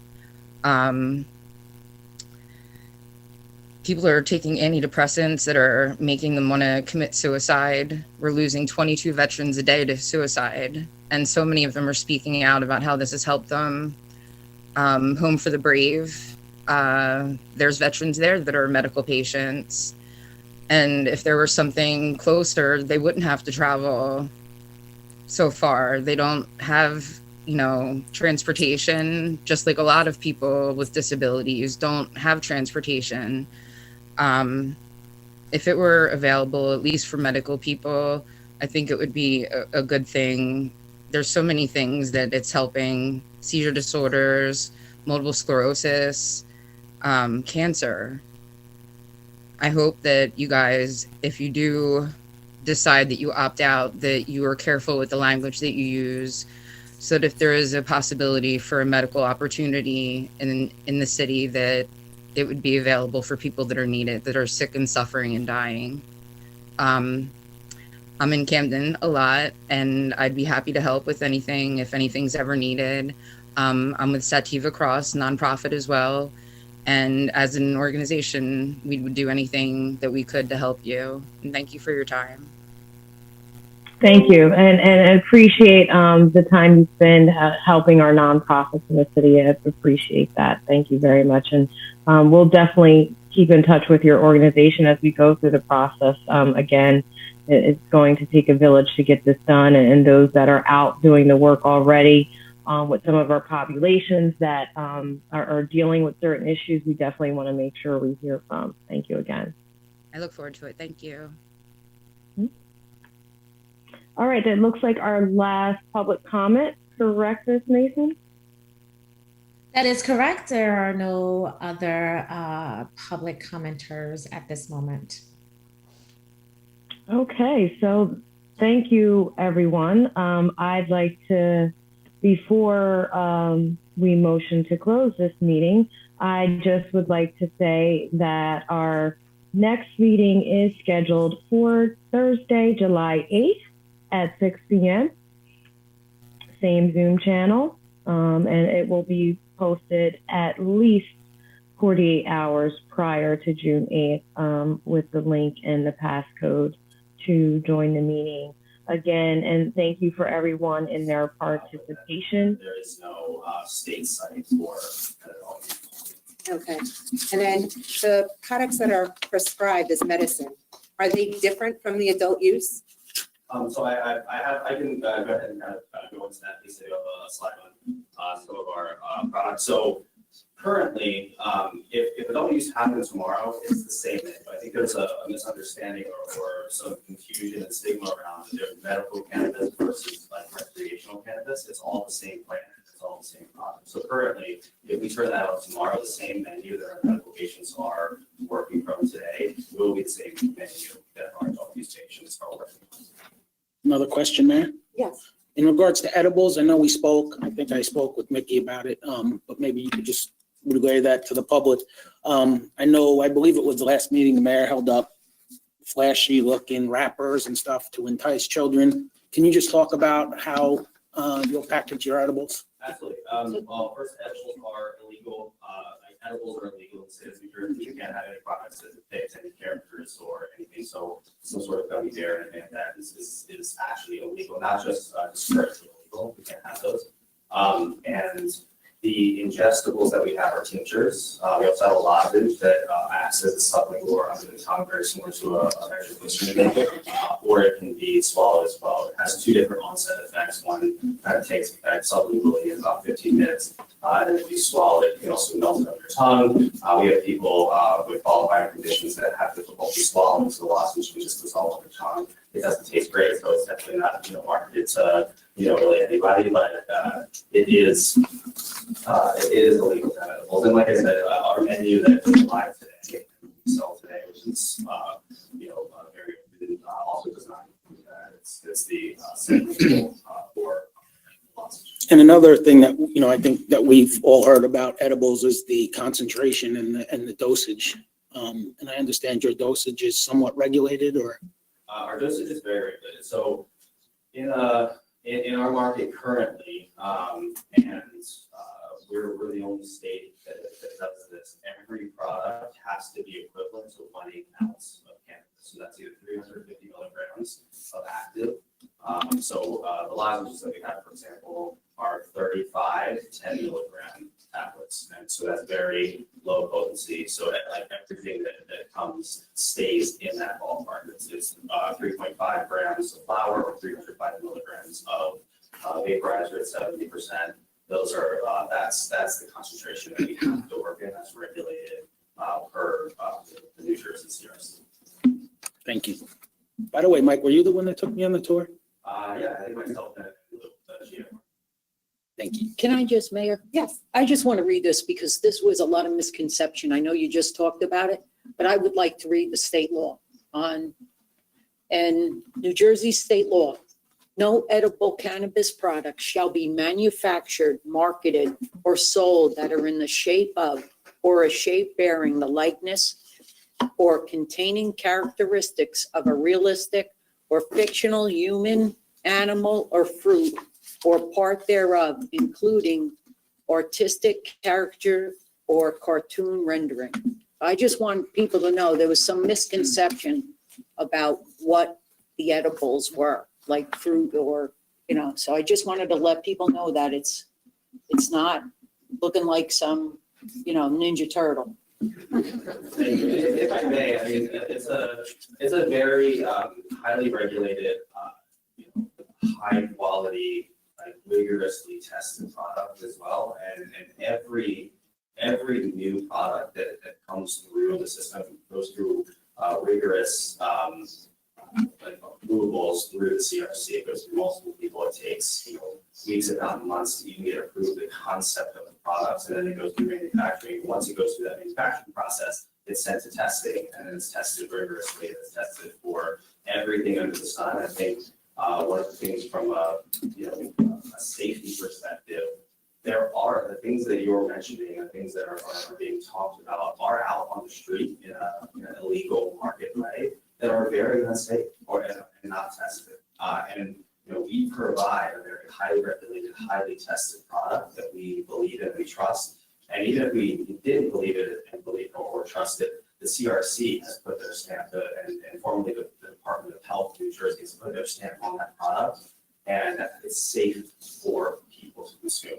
The stuff that is on the illegal market is not safe. There's heavy metals, there's things that are not being tested for, and being able to give a highly tested product as an option for patients and for customers that are looking normally to alleviate back pain, sleep, or things like that is really what we're here for and what we do. And it's to get that illegal market product out of circulation and out of people's hands. Any other questions? So if you have a medical card, can you still get recreational? I mean, sure. I think you wouldn't want to because it's the same product. But you pay less for medical. You pay Yeah. less because Well, of less tax, and it's like 3 ounces of allotment versus. right. But if they wanted to get that other ounce, they probably could. You That's don't a know? great question. I don't think so. I mean, what I would say is we would deter people from doing that because Yeah. they're going to be they're losing money, and people are like, there is no reason to get more than 3 ounces in a month. So I don't need to see somebody. I need to see somebody like spend all that extra money to. Well, I'm not worried about them using it all, but yeah. The 1 ounce purchase limit, you said you don't know that that's going to be the limit right now. Is that going to be part of the CRC final regulations when they're adopted? That I'm not sure. I think it would be fair for us to say, if they make their regulations, I wouldn't speculate on what it is. If we look at states that have made this transition, that seems to be about. Right. where the norm is. So that's where Air quotes on norm. Every state will treat it differently, but that's kind of a landing spot. But regulations like that and like security and the other operational protocols that you discussed, that would all be part of the CRC final regulations, right? No, Or no? that's not true. No, anything, and time, place, and manner is what you can regulate now. And the executive director of the CRC actually stated at the last meeting on June 1st. And, I can provide you with the timestamp. I think it's 6:35 to 13:35 of the meeting. And send to you. And if you watch that, it really gives a great overview of the foundation that municipalities like Rochelle are already have now, because we're home. And that's the history of New Jersey. You can regulate time, place, and manner right now, and you can dial in an ordinance to address each and every concern of everybody sitting here and any concern that members of the public have. And that can be addressed in your ordinance now, and that can be done before the time is up on August 21st. Which that time do you know anything about an extension of that August date? I know there's a discussion about it, but. So there's discussion, there was a bill that was just introduced, I think 2 days ago on the floor. And look, I don't know what's gonna happen. Right. We'll know by the end of the week though, because Trenton, the legislatures are going home for the election. So if it's not taken care of by Friday, then it's not gonna happen, and the date's gonna remain the same. And so right now we have to operate as though the date is the date, because it does take legislation to get passed through, both houses and signed by the governor. Right. So, I don't know if that's gonna happen. If there was something introduced, it might give us more time, which all is more the reason why we're here tonight, which is what we're asking for, more time to consider expanding into adult use, so that we can prepare a proper ordinance if that's the way that you want.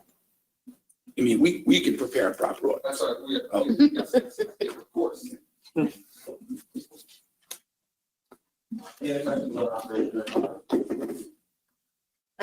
Well, so what are the forms of product that you have? You mentioned the lozenges.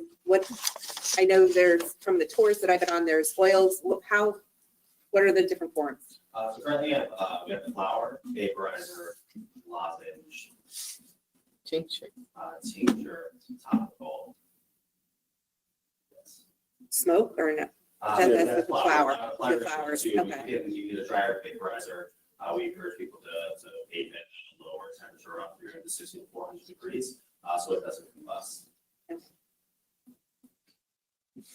Any other questions? Chief, did you have a question? Actually, was answered on that. My question was, you were told, I think if it's not going to be 1 ounce, can the township dictate that in an ordinance? Is basically my question. Yeah, I mean, it would seem to me that's probably beyond time, scope, and that, It's a manner, perhaps, and so it'd be a question of fact or law, I leave that to you. So we couldn't adopt a regulation saying half an ounce a month.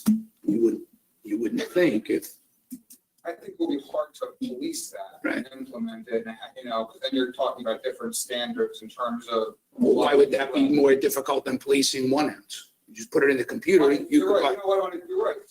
You can do whatever you want. just plug it in the computer and say this person can only buy a quarter of an ounce a month. Whatever it might be. Whatever, if that's where you were leading, you know, I'm not sure, I haven't done the research on that or the memo on that, but if that's one of the concerns that could be addressed. No, it just came to mind when you mentioned the quantity, because I Mayor, Yes. question Sure. to the gentleman. Are your customers only Rochelle Park residents? Okay, thank you. Yeah, I would think, It's right next to some of the, biggest define who the customer is, the average age, 50% of our customers, just about 50% are over the 40-year-old.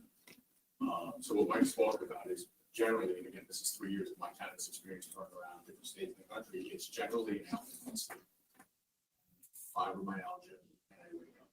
Or I had a hip replacement and I can't sleep on this confirmed. So this is generally what we hear time and time again. I think the original perception is that it's 28 years old and I'm coming in for a good time. I think if you look at, we just looked tonight, the New Jersey state, our numbers are almost mirrored, over 50% of our current customers in our dispensaries today are 40-year-old. So the smallest segment is over 70, the second smallest segment is 20. But if those over 40 people that have those health problems, couldn't they just get a medical card? Well, that's generally what we're trying. This is our medical patients today.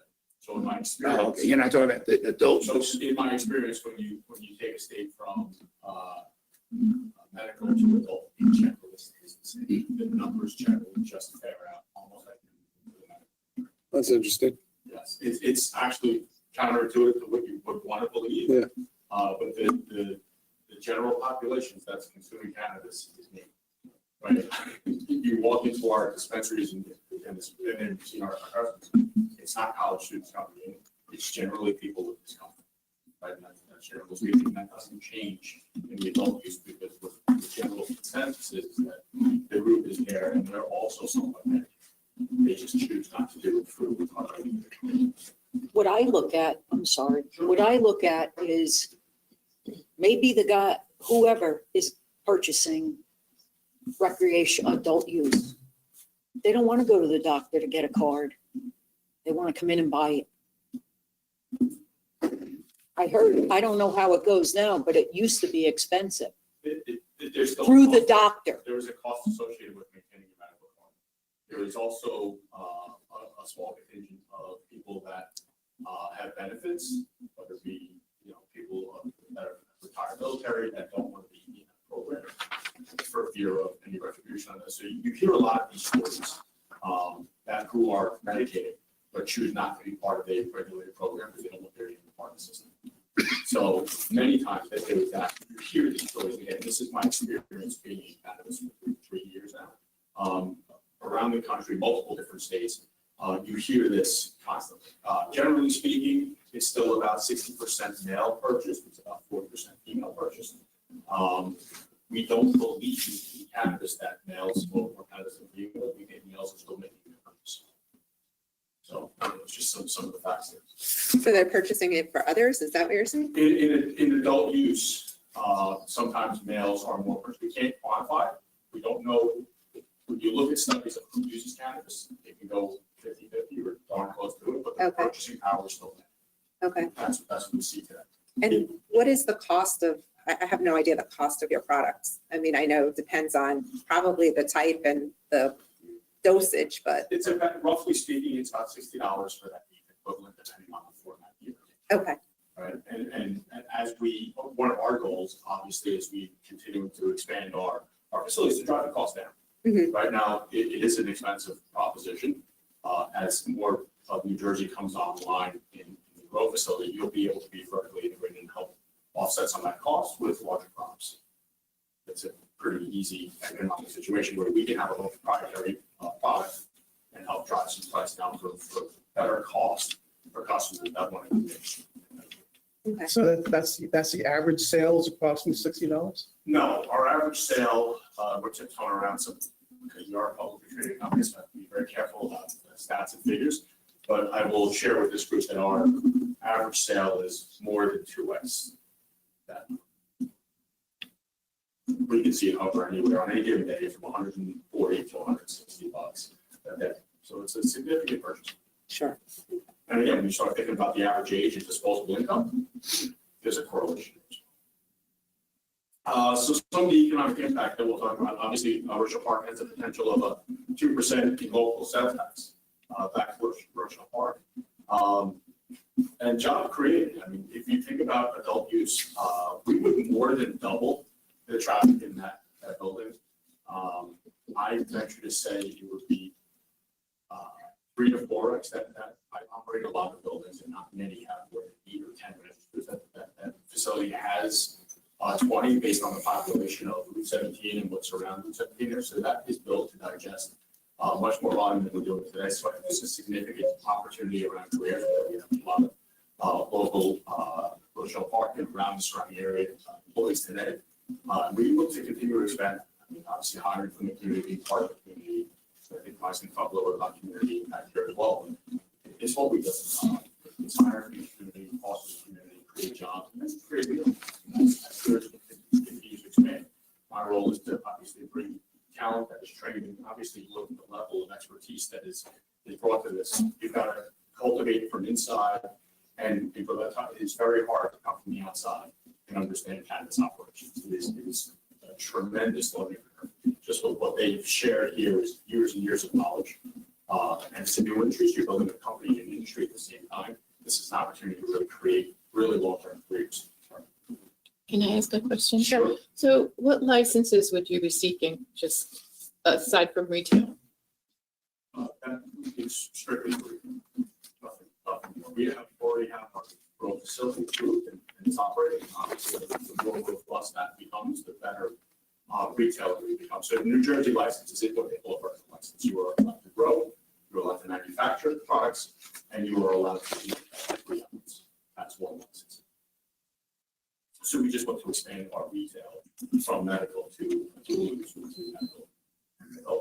And the things come in packaged, right? Your product come in. I think we walked together and you saw boxes, packages. There is no loose cannabis in the facility. I think that's one of the because it goes to adult use, it turns into your local supermarket. You walk in the cart and you throw stuff in the cart. It is the exact same process. There's no difference between a medical cannabis facility and an adult use. To the point where if you go to some of the largest recreational states, California, Nevada, or even Arizona, just for most recently, nothing's changed. It's the exact same process on the street in Las Vegas that might be in New Jersey. It just stays regular. Sometimes more regular. It becomes a high volume of adult. They get a little tighter. I have another question. So you'd only be going for class 5 retailer?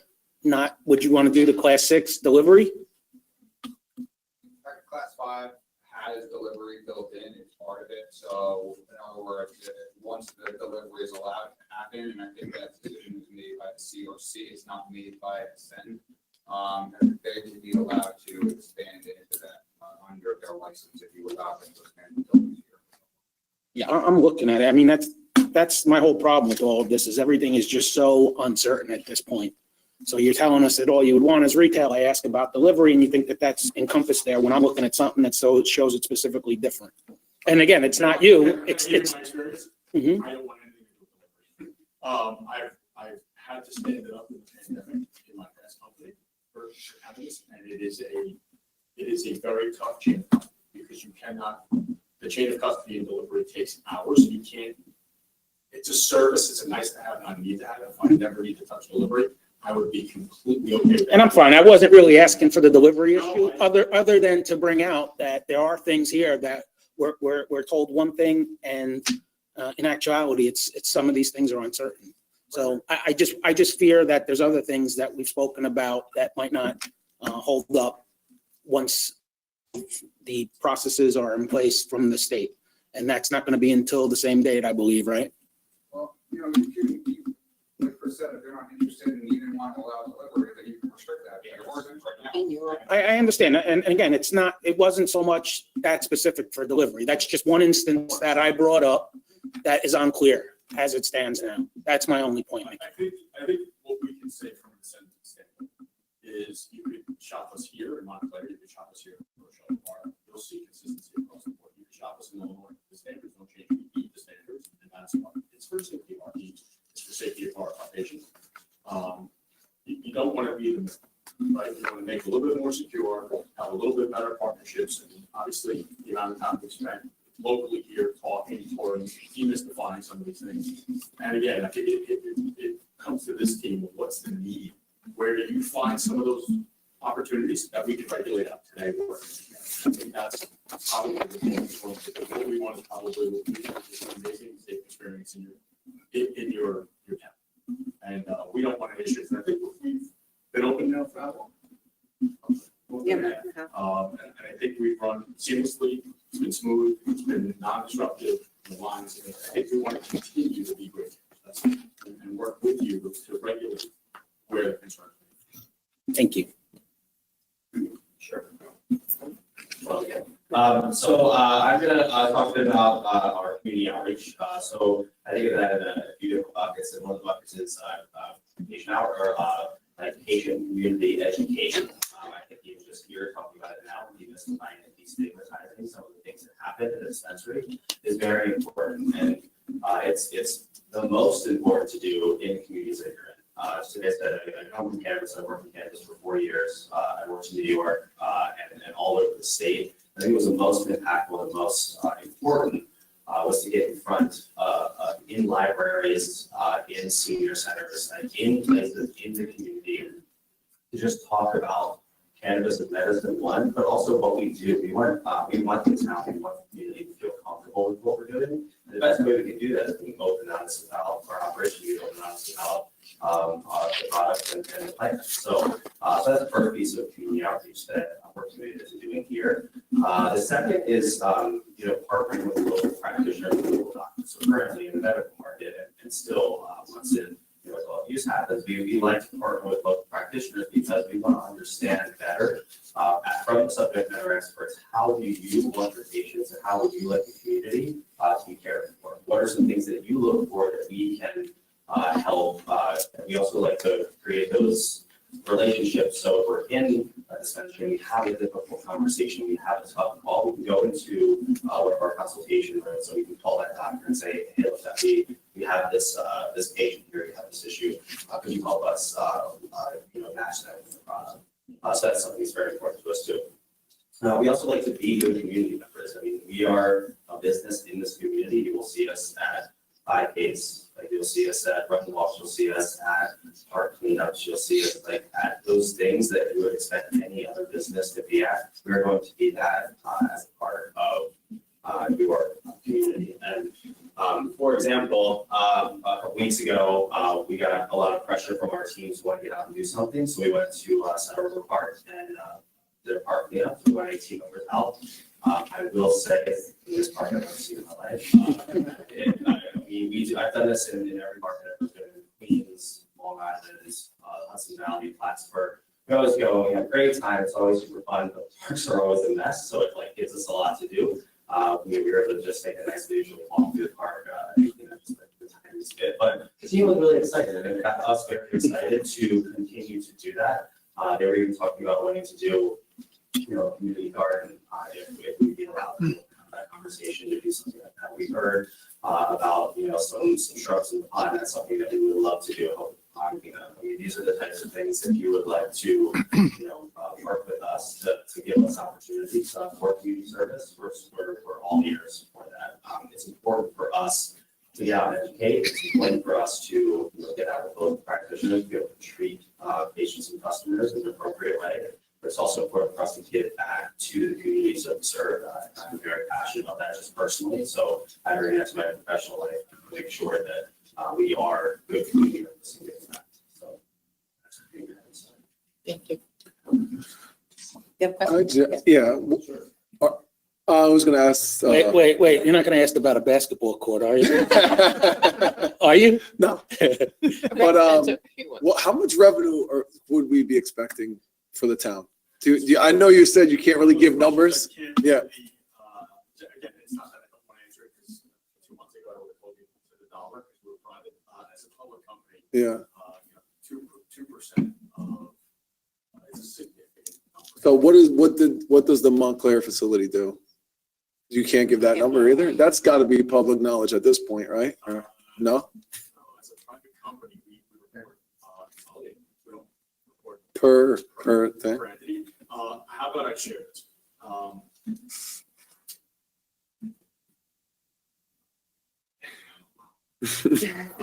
Can we do it this way here? What the average number of customers you get in the day? Because we already figured the other part of it out. Your boxing me in all of Oh, that's when we leave it. Do the math to work. Let's just say. No, I can do that. That's what I'm trying to do. If I were to do, if you're asking an adult use, Yeah. If it was.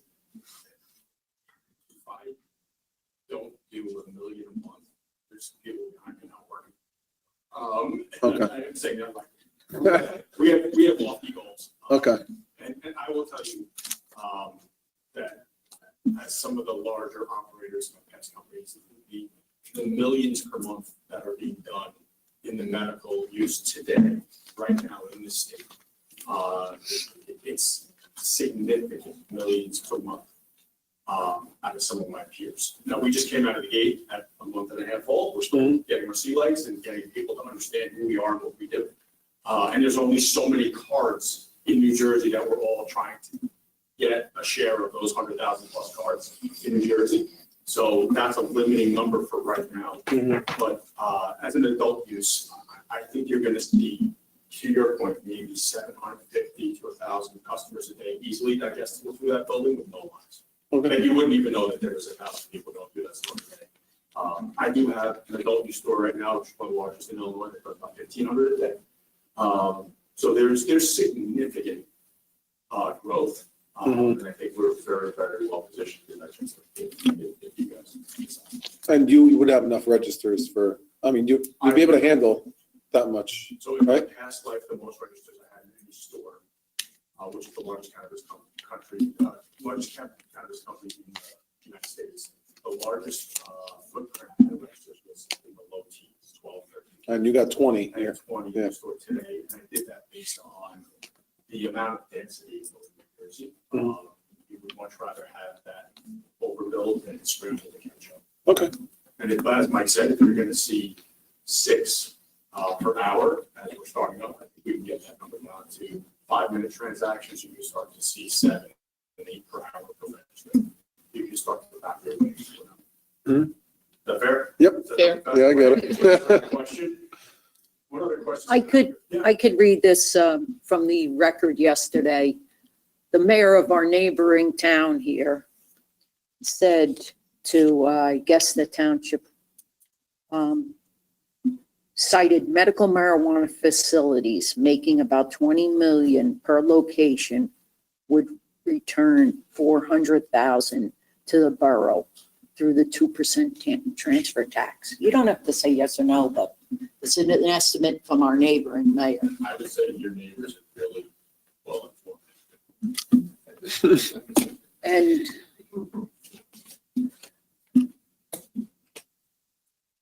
thank you, Mrs. Hammond, for the article. Yeah.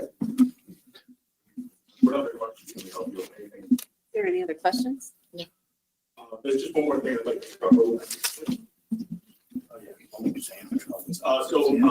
We've just established the Ascend New Jersey Foundation. It's 501c4 to invest and partner with the townships in which we operate, and then maybe some others with the state. This is a great opportunity. It's a new opportunity for us. We're fairly new in the state, but we look to Mike's point to build a foundation that's separate from Ascend, and to work with community projects that would benefit, obviously, the towns that we work in. So whether it be fundraising and collecting and basketball courts, whatever it may be. Rec center. Rec center. Yeah, no, there's a lot of things. So we know of some partnerships now, and I think Chief Pinto is working on one himself that we'd like to work with in order to help the communities to get in the work. So whether you're coming out of the pandemic and there's an opportunity to address that, we can step in and help you fundraise to do this.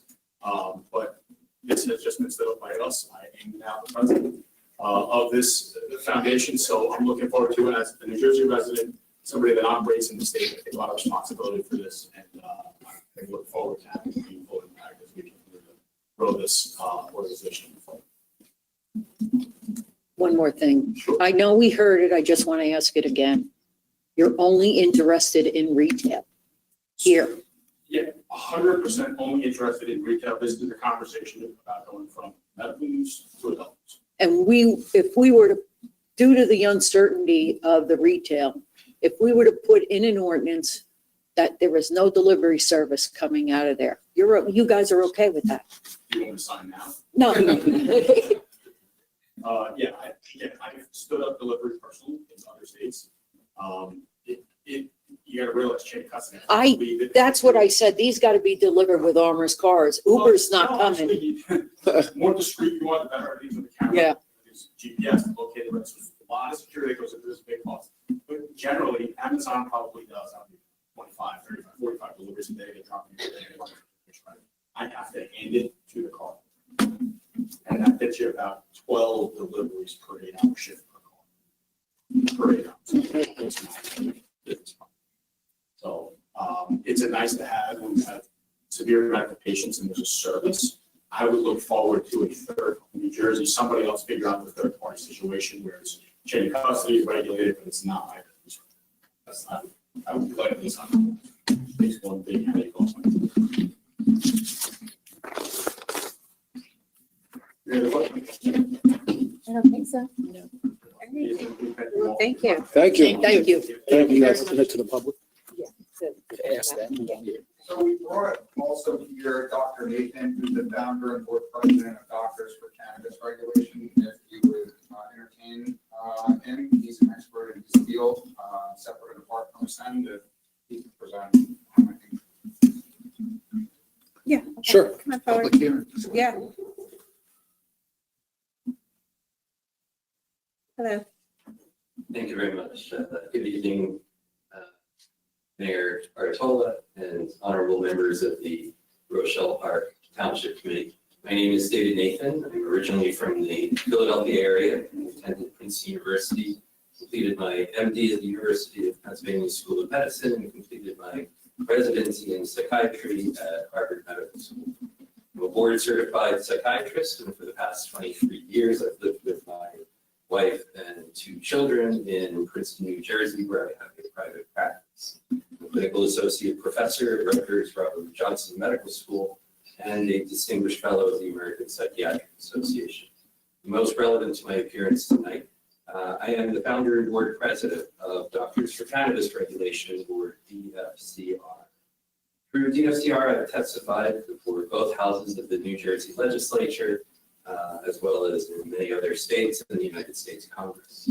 And with a prestigious roster of physicians, including former Surgeon General Joycelyn Elders and integrative medicine pioneer Andrew Weil, DFCR is the voice of physicians dedicated to the legalization, taxation, and above all, the effective regulation of cannabis in the United States.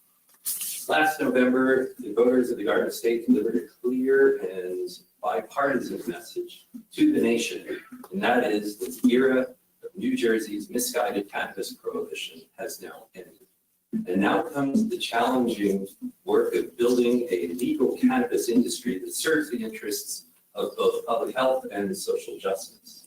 Today, I offer my perspective as a physician and as a father on the essentials of good regulation and the reasons why I believe that municipalities throughout New Jersey should permit cannabis businesses within their borders, especially adult use dispensaries.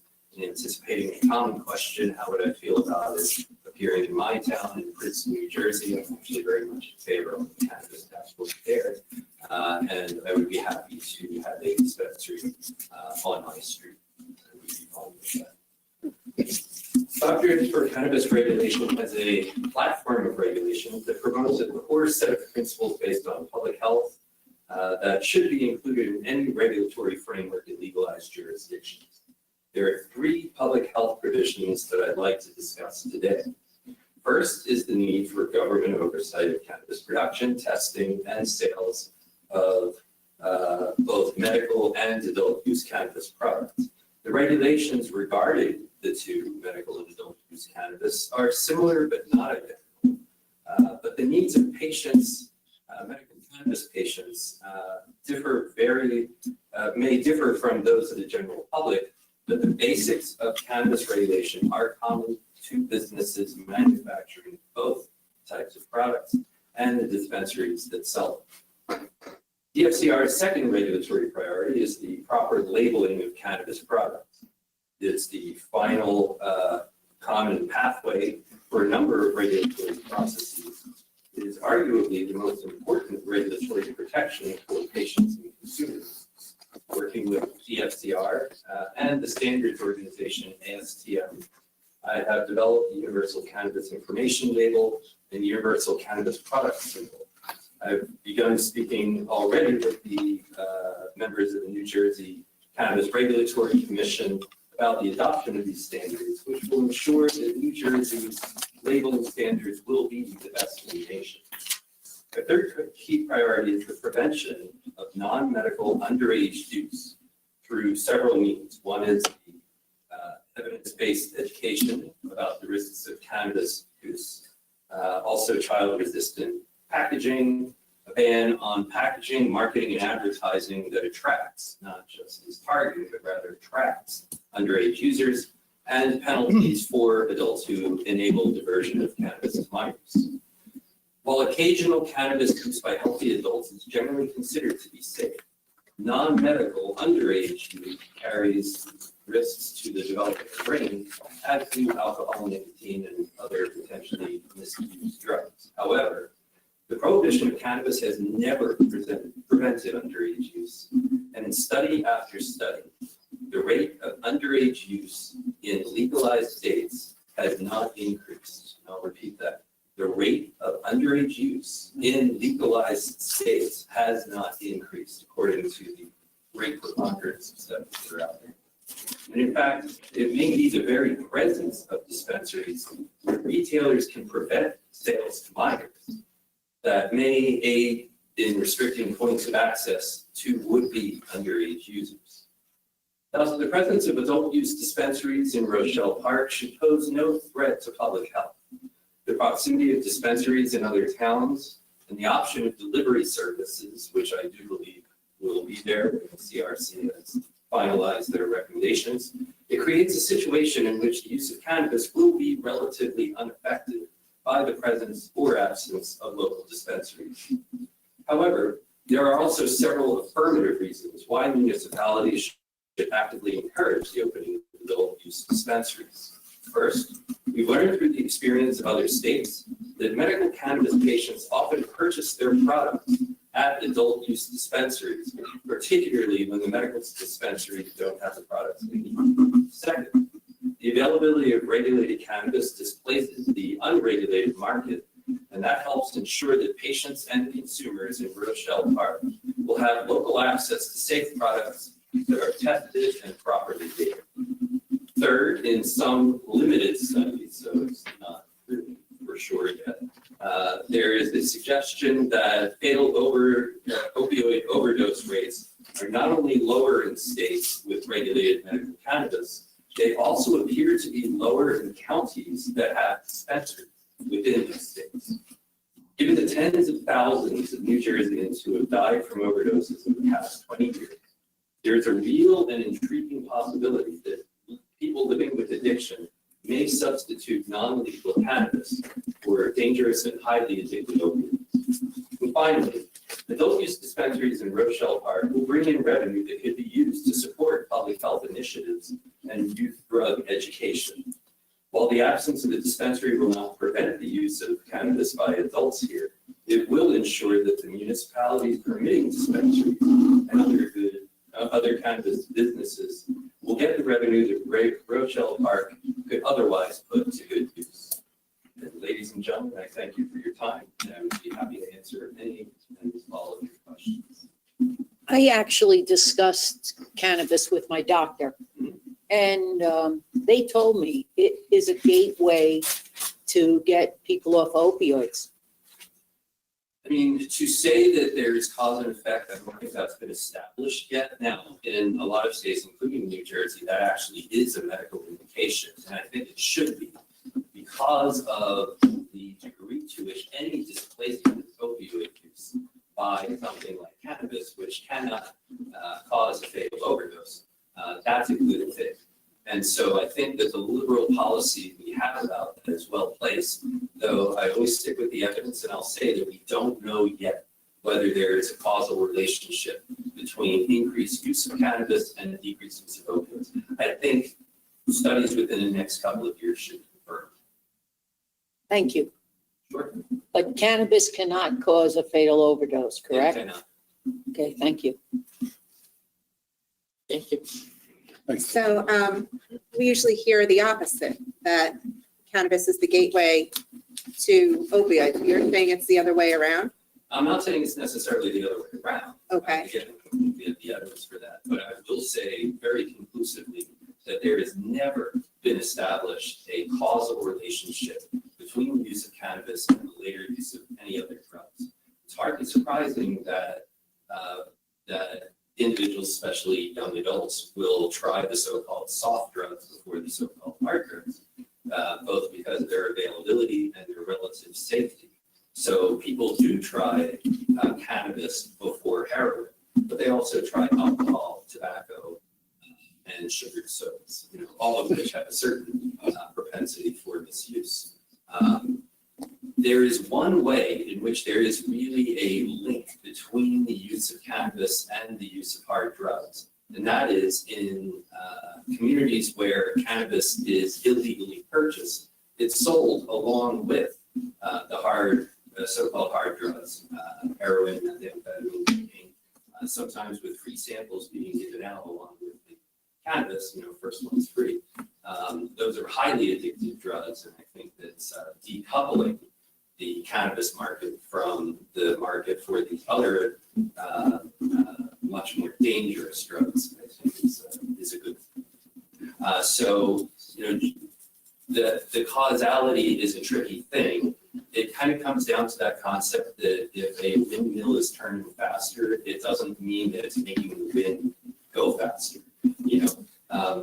There is a higher rate of Nobel laureates in countries that consume more chocolate per capita. It's actually a very good correlation. It's probably not positive, though I like chocolate.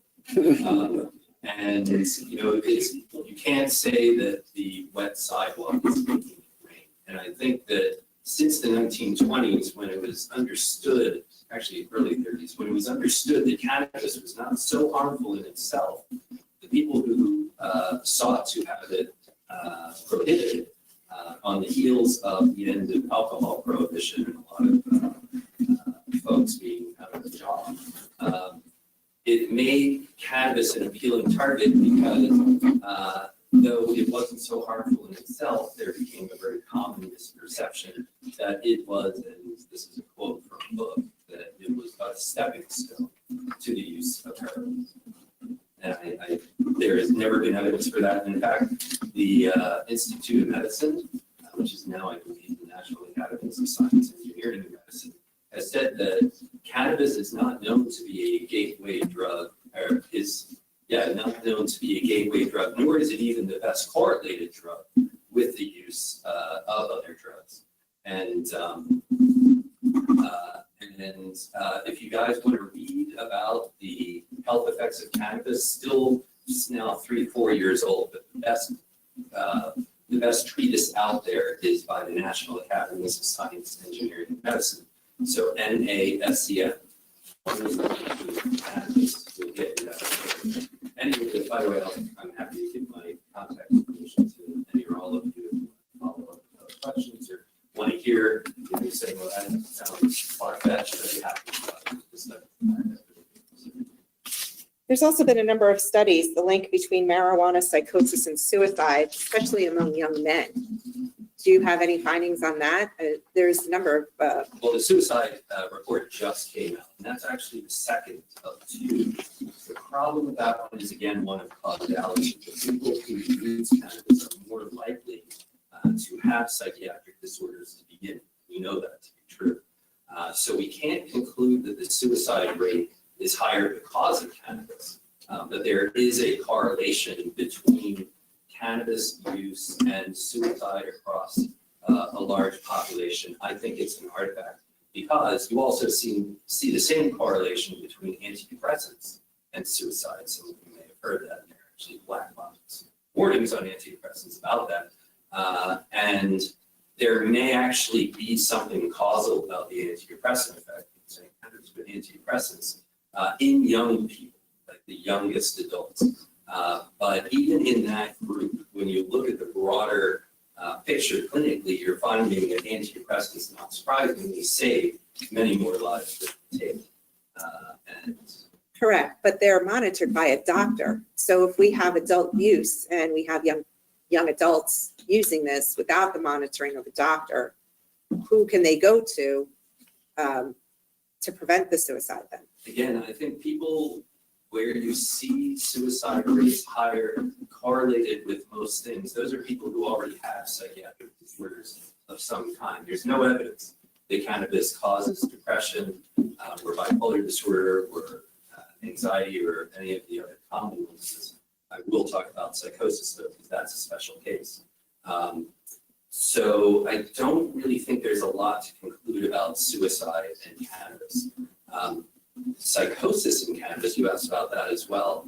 That happens to be my area of expertise, is bipolar and psychotic. I tend to treat the more severely mentally ill.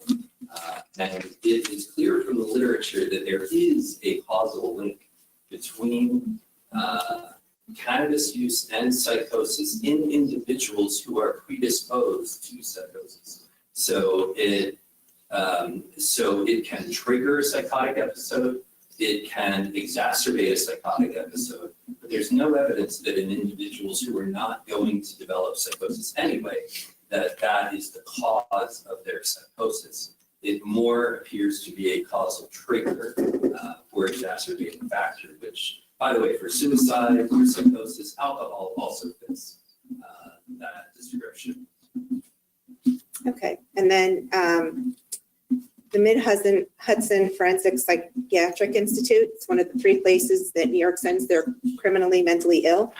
These defendants are judged not guilty by reason of insanity. Their limitations is 300. That's the amount of people that they have in that facility. Of those 300, all 300 of them were marijuana users. Regular users? Yes. That's interesting. I want to see the study. I mean, people who are down and out are much more likely to want to self-medicate. So again, it's not that surprising that they would reach for a relaxing medication to try to deal with the troubles that they're having. They reach for alcohol, they reach for opioids, sedatives like benzodiazepines, and they reach for cannabis. Of all the ones I just listed, cannabis is the least legal and the least likely to cause dependence and addiction. Yeah. You also see that the rate of antidepressant use, many more people in prison take or have taken antidepressants compared to the general population. That doesn't mean that people who take antidepressants become criminals.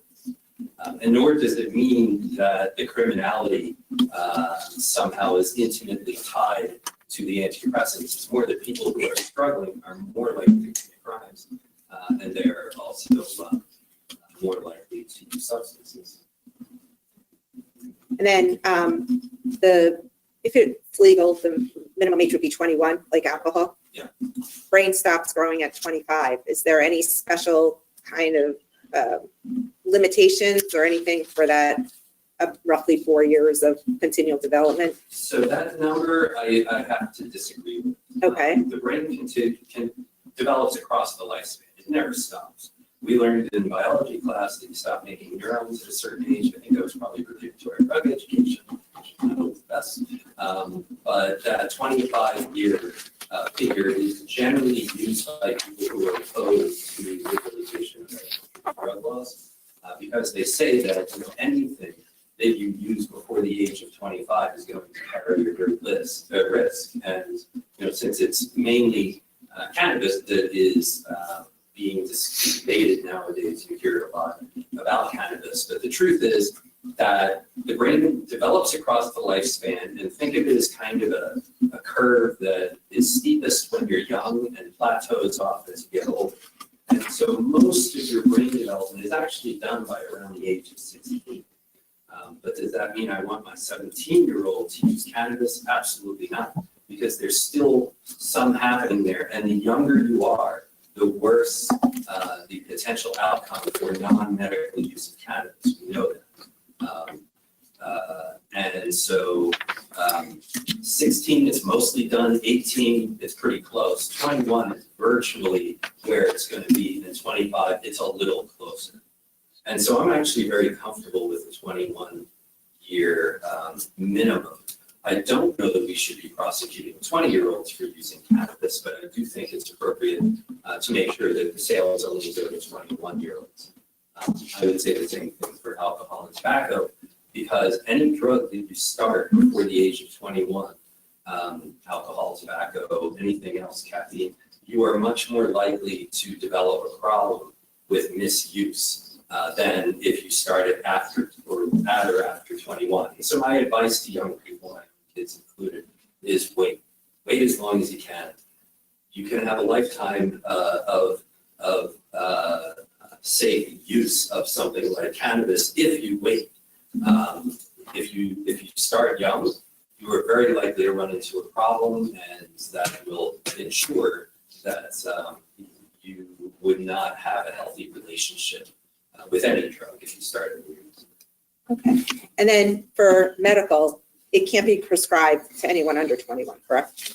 Well, it's actually several here, but it's not actually prescribed. It's recommended or certified, or it's illegal to prescribe in the United States. Okay. But the prescriptions are written for people at this point. Yeah, and it can be given to children of any age with parental consent. And that is definitely appropriate, because a lot of one of the indications for cannabis is the most attention. And indeed, one of the components of cannabis is now part of a drug for some of the rare forms of epilepsy that are seen, congenital epilepsy that are seen particularly in children. And so, the reform of the medical cannabis laws that happened shortly after Governor Murphy took office was called Jake's Law. That's after Ludwig and Jake, who had actually just passed away not long before that, that helped ensure that children can get cannabis should it be medically indicated. It has to be approved, I believe, by 2 doctors and the parents, obviously. I think that's below the age of 18. Any other questions? I have a question for the chief. Chief, do you think by selling retail weed in, I gotta call it weed, we'll take this off the black market, or will there always be? So I'm going to refer to a seminar I was part of about 3 weeks ago, now maybe 2.5 weeks ago. We're in the California State Chiefs Association, hosted the New Jersey State Chiefs Association. And what the California chief said, look, we've learned from the mistakes made by some of those other states, and California's laws, as they were written, helped reduce it from a black market to a gray market. Probably never going to eliminate the criminal element, right? We can't get people to put their garbage cans back on the curb. We're never going to get everybody to not want to sell, but they have seen a decrease in the black market where they're calling it gray market. Thanks. Yeah, that's great. What does that mean, a gray market? So you're going to have that in between, right? There's always going to be, right now we notice we're going to have a legal market, and then we're going to have a black market. Criminals operating behind the scenes. They saw a stark reduction in that on-corner open air drug market. Right now, it's mostly sold somebody out of their home, and you call them up, say, "Bro, I need," and they drive to that, their customer's house, and they make a drop. But then on the street corner level, they said it's kind of gone away, and it's been nothing but helpful towards law enforcement. One of the concerns that an officer had was that possibly, because adults now have this option, that illegal market would push more towards kids to keep their sales going.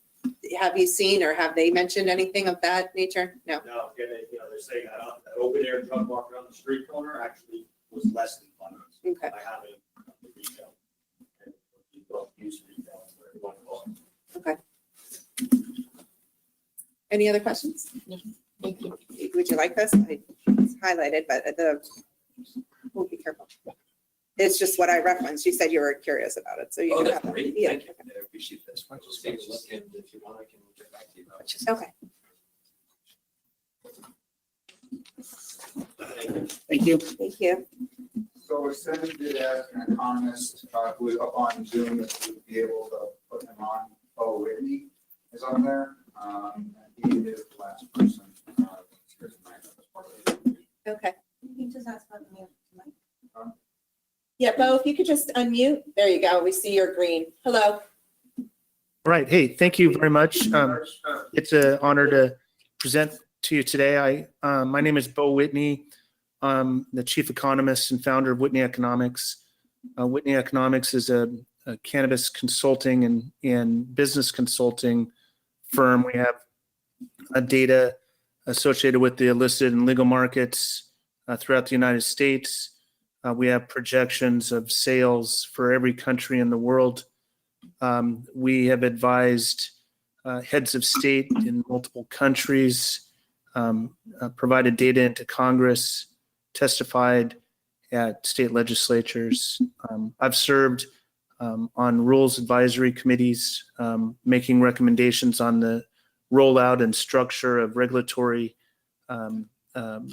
programs. And I consider myself, even though I've been an operator and a licensee in the cannabis regulatory market here in the state of Oregon, where I'm zooming in from, I consider myself an educator and an expert. I've served as an expert witness in multiple trials, trying to sort out the nature of cannabis and cannabis economics. So I really wanted to give a few statistics and data points, first on the US market and then on the localized market, and then really open it up for a Q&A. Currently in the United States, cannabis support is at its highest level ever. 69% of people surveyed by Gallup are in support of full legalization. And this support is bipartisan, and it's in the majority for every demographic, literally, except for age demographic, except for people 75 and older. And it's supported by the majority of every race classification. And so the support for cannabis and cannabis reform has accelerated significantly over the last 5 years. The number of states deploying legal programs have increased 12% over the last few years, almost 33% over the last decade. And so as such, it's important for policymakers to understand and become educated on the market and some of the economics that it represents. I did a recent survey of businesses and licensees around the country and published a jobs report, for example, along with another data company called Leafly. And our data indicated that there were 321,000 jobs in the United States supporting the legal community. Now there's a potential of 1.5 million jobs across the United States. So as legalization rolls out across the United States, there'll be more and more job opportunities. State and local agencies, especially given the economic and employment displacement that was resulted from COVID-19 pandemic, they're looking at cannabis more closely for a tool for economic development, business creation, job creation, and these jobs generally are living wage jobs. In some instances, average full-time wages were $18.35 an hour. Depending upon regionally, they were in some instances, some states greater than $25 an hour. And so, these are good paying jobs, and they're also jobs that are attractive to the very people that were displaced by COVID. Doesn't necessarily require a tremendous amount of education at the front lines. And so you don't need a degree necessarily. In some of the more specialized areas in extraction, product manufacturing, there's, chemistry involved, engineering and the like. So depending upon which product manufacturing sector or what sector within the cannabis economy, it requires different levels of education. And with respect to, and another thing, currently Whitney Economics, my firm, is forecasting a total sale within the United States legal system of $25 billion in 2021. And sales increased significantly from 2019 to 2020. And then again this year, they're forecasted to grow 35 to 36% year over year. A lot of this had to do with the pandemic and the ability for people to work from home. And it also came as a result of the essential business designation. And so people took a different view of cannabis and were incorporating it more so in their lifestyle. Now, there was some discussion and the comments made by the folks at Ascend were really spot on. The amount of data that they had is very, very similar to what I'm observing on a national scale as well. And so I thought that they did a really good job. The demographics of the cannabis consumer, it's not your stereotypical young person who's unemployed. Only 5.9% of consumers are under the age of 23. Most of them, on a national basis, are between that age of 23 to 38, which are the millennials.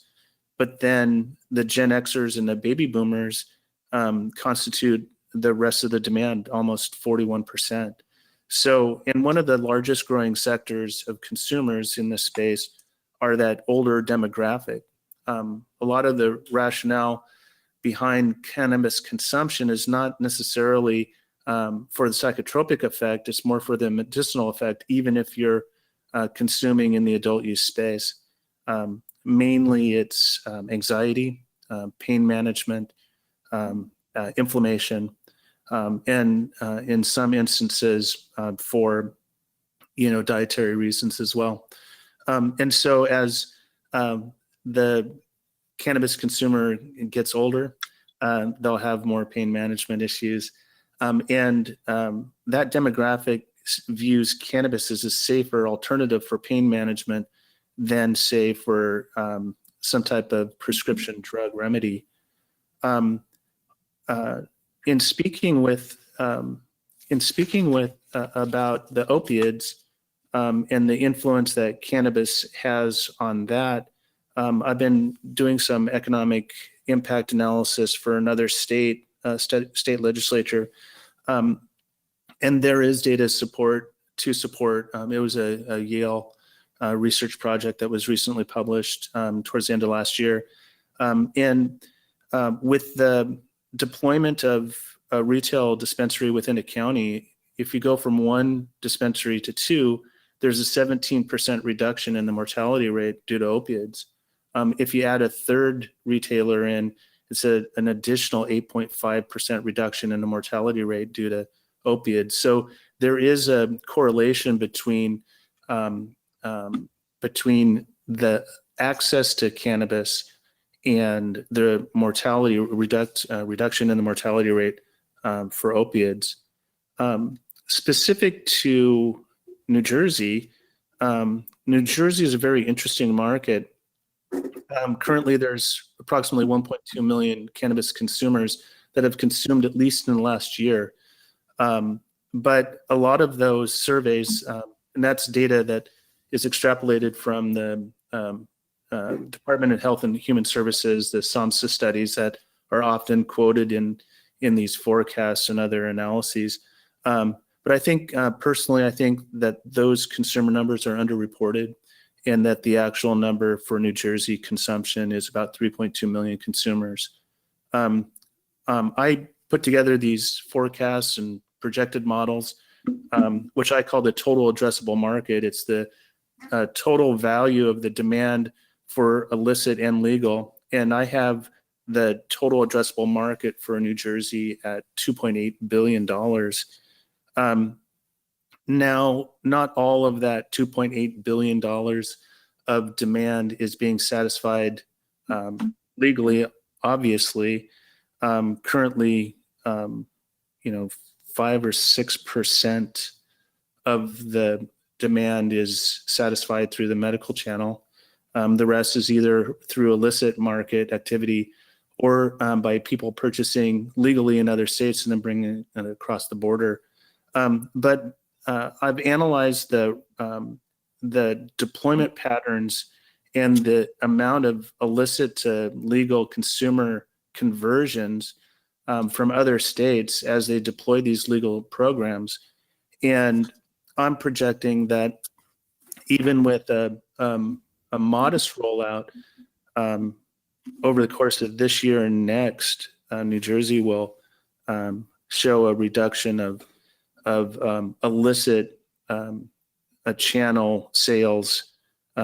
It'll start reducing it rather rapidly. Once a legal program is deployed, generally in the first year alone, 22% of demand is supported by the legal channel. And then this goes up rather remarkably, 45% to the second year, 55% in the third year.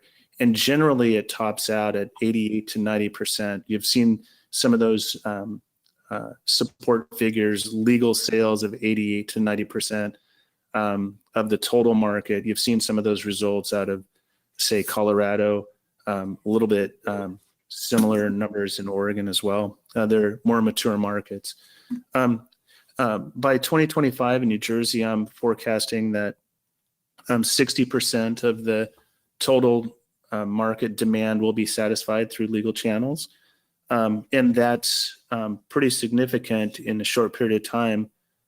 That's good for retailers. And so as retailers, since there's a limited number of licenses right now, retailers will be the benefactor of this, assuming that they don't have to pay this all back in taxes at the federal level, which is a pretty significant issue right now. But even so, by having retail demand concentrated in just a few retail outlets, it gives the opportunity for local communities like yours to benefit via the 2% tax revenue. Couple other things. Cannabis is definitely a job creator. And so, I'm generally a typical retailer would have 10 to 15 full-time employees. But given the volume and the size of each retail outlet that will be required to handle this type of volume, I could see a significantly higher percentage of jobs associated with retail in New Jersey, even upwards of 100 employees per retail outlet. Now, just because there's a high volume of demand does not necessarily mean that that's problematic. There's been lots of concern raised about increase in violent crime, for example. But in my research, there's no correlation between cannabis retail sales and an increase in violent crime.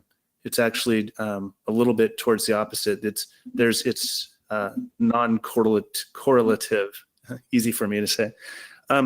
And one of the benefits that I've seen is that law enforcement can reprioritize their law enforcement resources away from cannabis and over to other more important issues.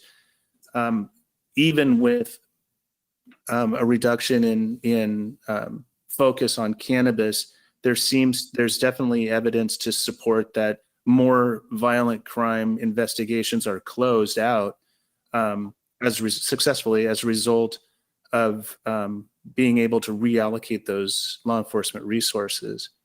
In fact, there's also studies that show crime, especially around the retail outlets, is reduced because there's more security, more cameras, and more coverage. And so that by adding in a retail outlet may actually benefit law enforcement more so than create an additional burden. Let's see. On spending, I've been, the amount of volume that was mentioned by Ascend, I've seen numbers similar to that in markets that would be similar to New Jersey. Some of the highest volume foot traffic comes in Las Vegas on the Strip through a company called Planet 13, where they experience 3,300 transactions per day. This would be less than that, but that's kind of the upper end of it. And so it gives you a sense of what the volumes would look like. And so, I can talk about this. My kids give me a hard time because I talk about this all the time. But I thought that, I'd just wrap it up by saying that there's an economic benefit to the legalization of cannabis and the deployment within communities. And although there are trade-offs, there seems to be a greater benefit than there are some of the negative ramifications. And so it's definitely worth investigating and considering, as long as it's mindful and with good intention and with appropriate checks and balances. So thank you very much for your time. I'm more than happy to take questions and answer any questions that you may have. Okay, thank you. Does anyone have questions?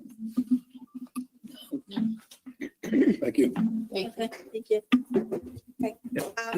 At this point, I'm going to ask for a motion to open it to the public, to anyone who has questions for Ascend. But first, we're going to take a 5-minute bathroom break. It's been since 7 o'clock. We're almost at 9 o'clock. So we'll come back at like 2 minutes after 9. Oh, you said So you get little notes passed to me for this. So we'll adjourn for a moment and we'll see you in about 5 minutes.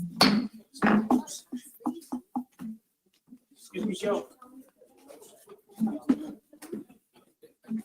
So.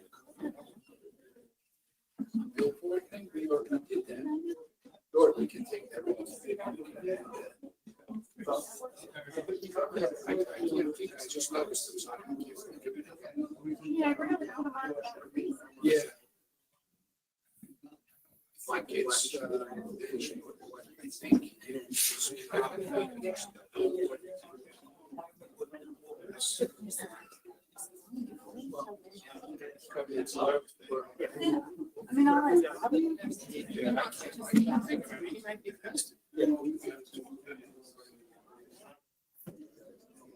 Yeah.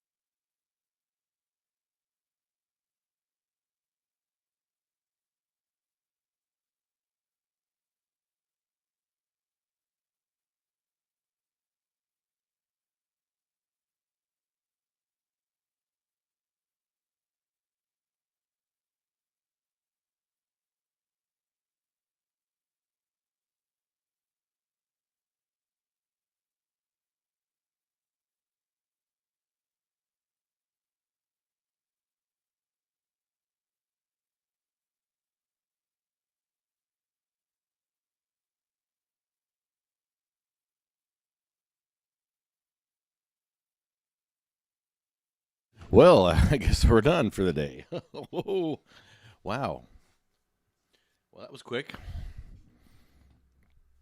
All right. I guess they're done. So, sorry, I had to cook some food for myself. I'm starving. And I guess that's it. All right. Well, thanks for tuning in. That was fun. The Zoom bombing was probably the most craziest thing I've ever seen. They're done, right? Are they coming back? No, that's it, right?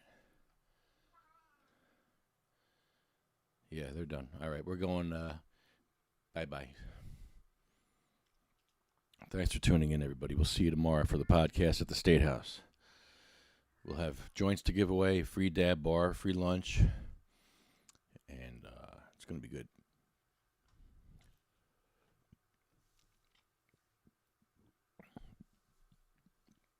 Hashtag they shall grow. Hashtag Jeff's Law. They went with songs to the battle. They were young, straight of limb, true of eye, steady and aglow. They were staunch to the end against odds uncounted. They fell with their faces to the foe. They shall grow not old as we that are left grow old. Age shall not weary them, nor the years condemn. At the going down of the sun, and in the morning,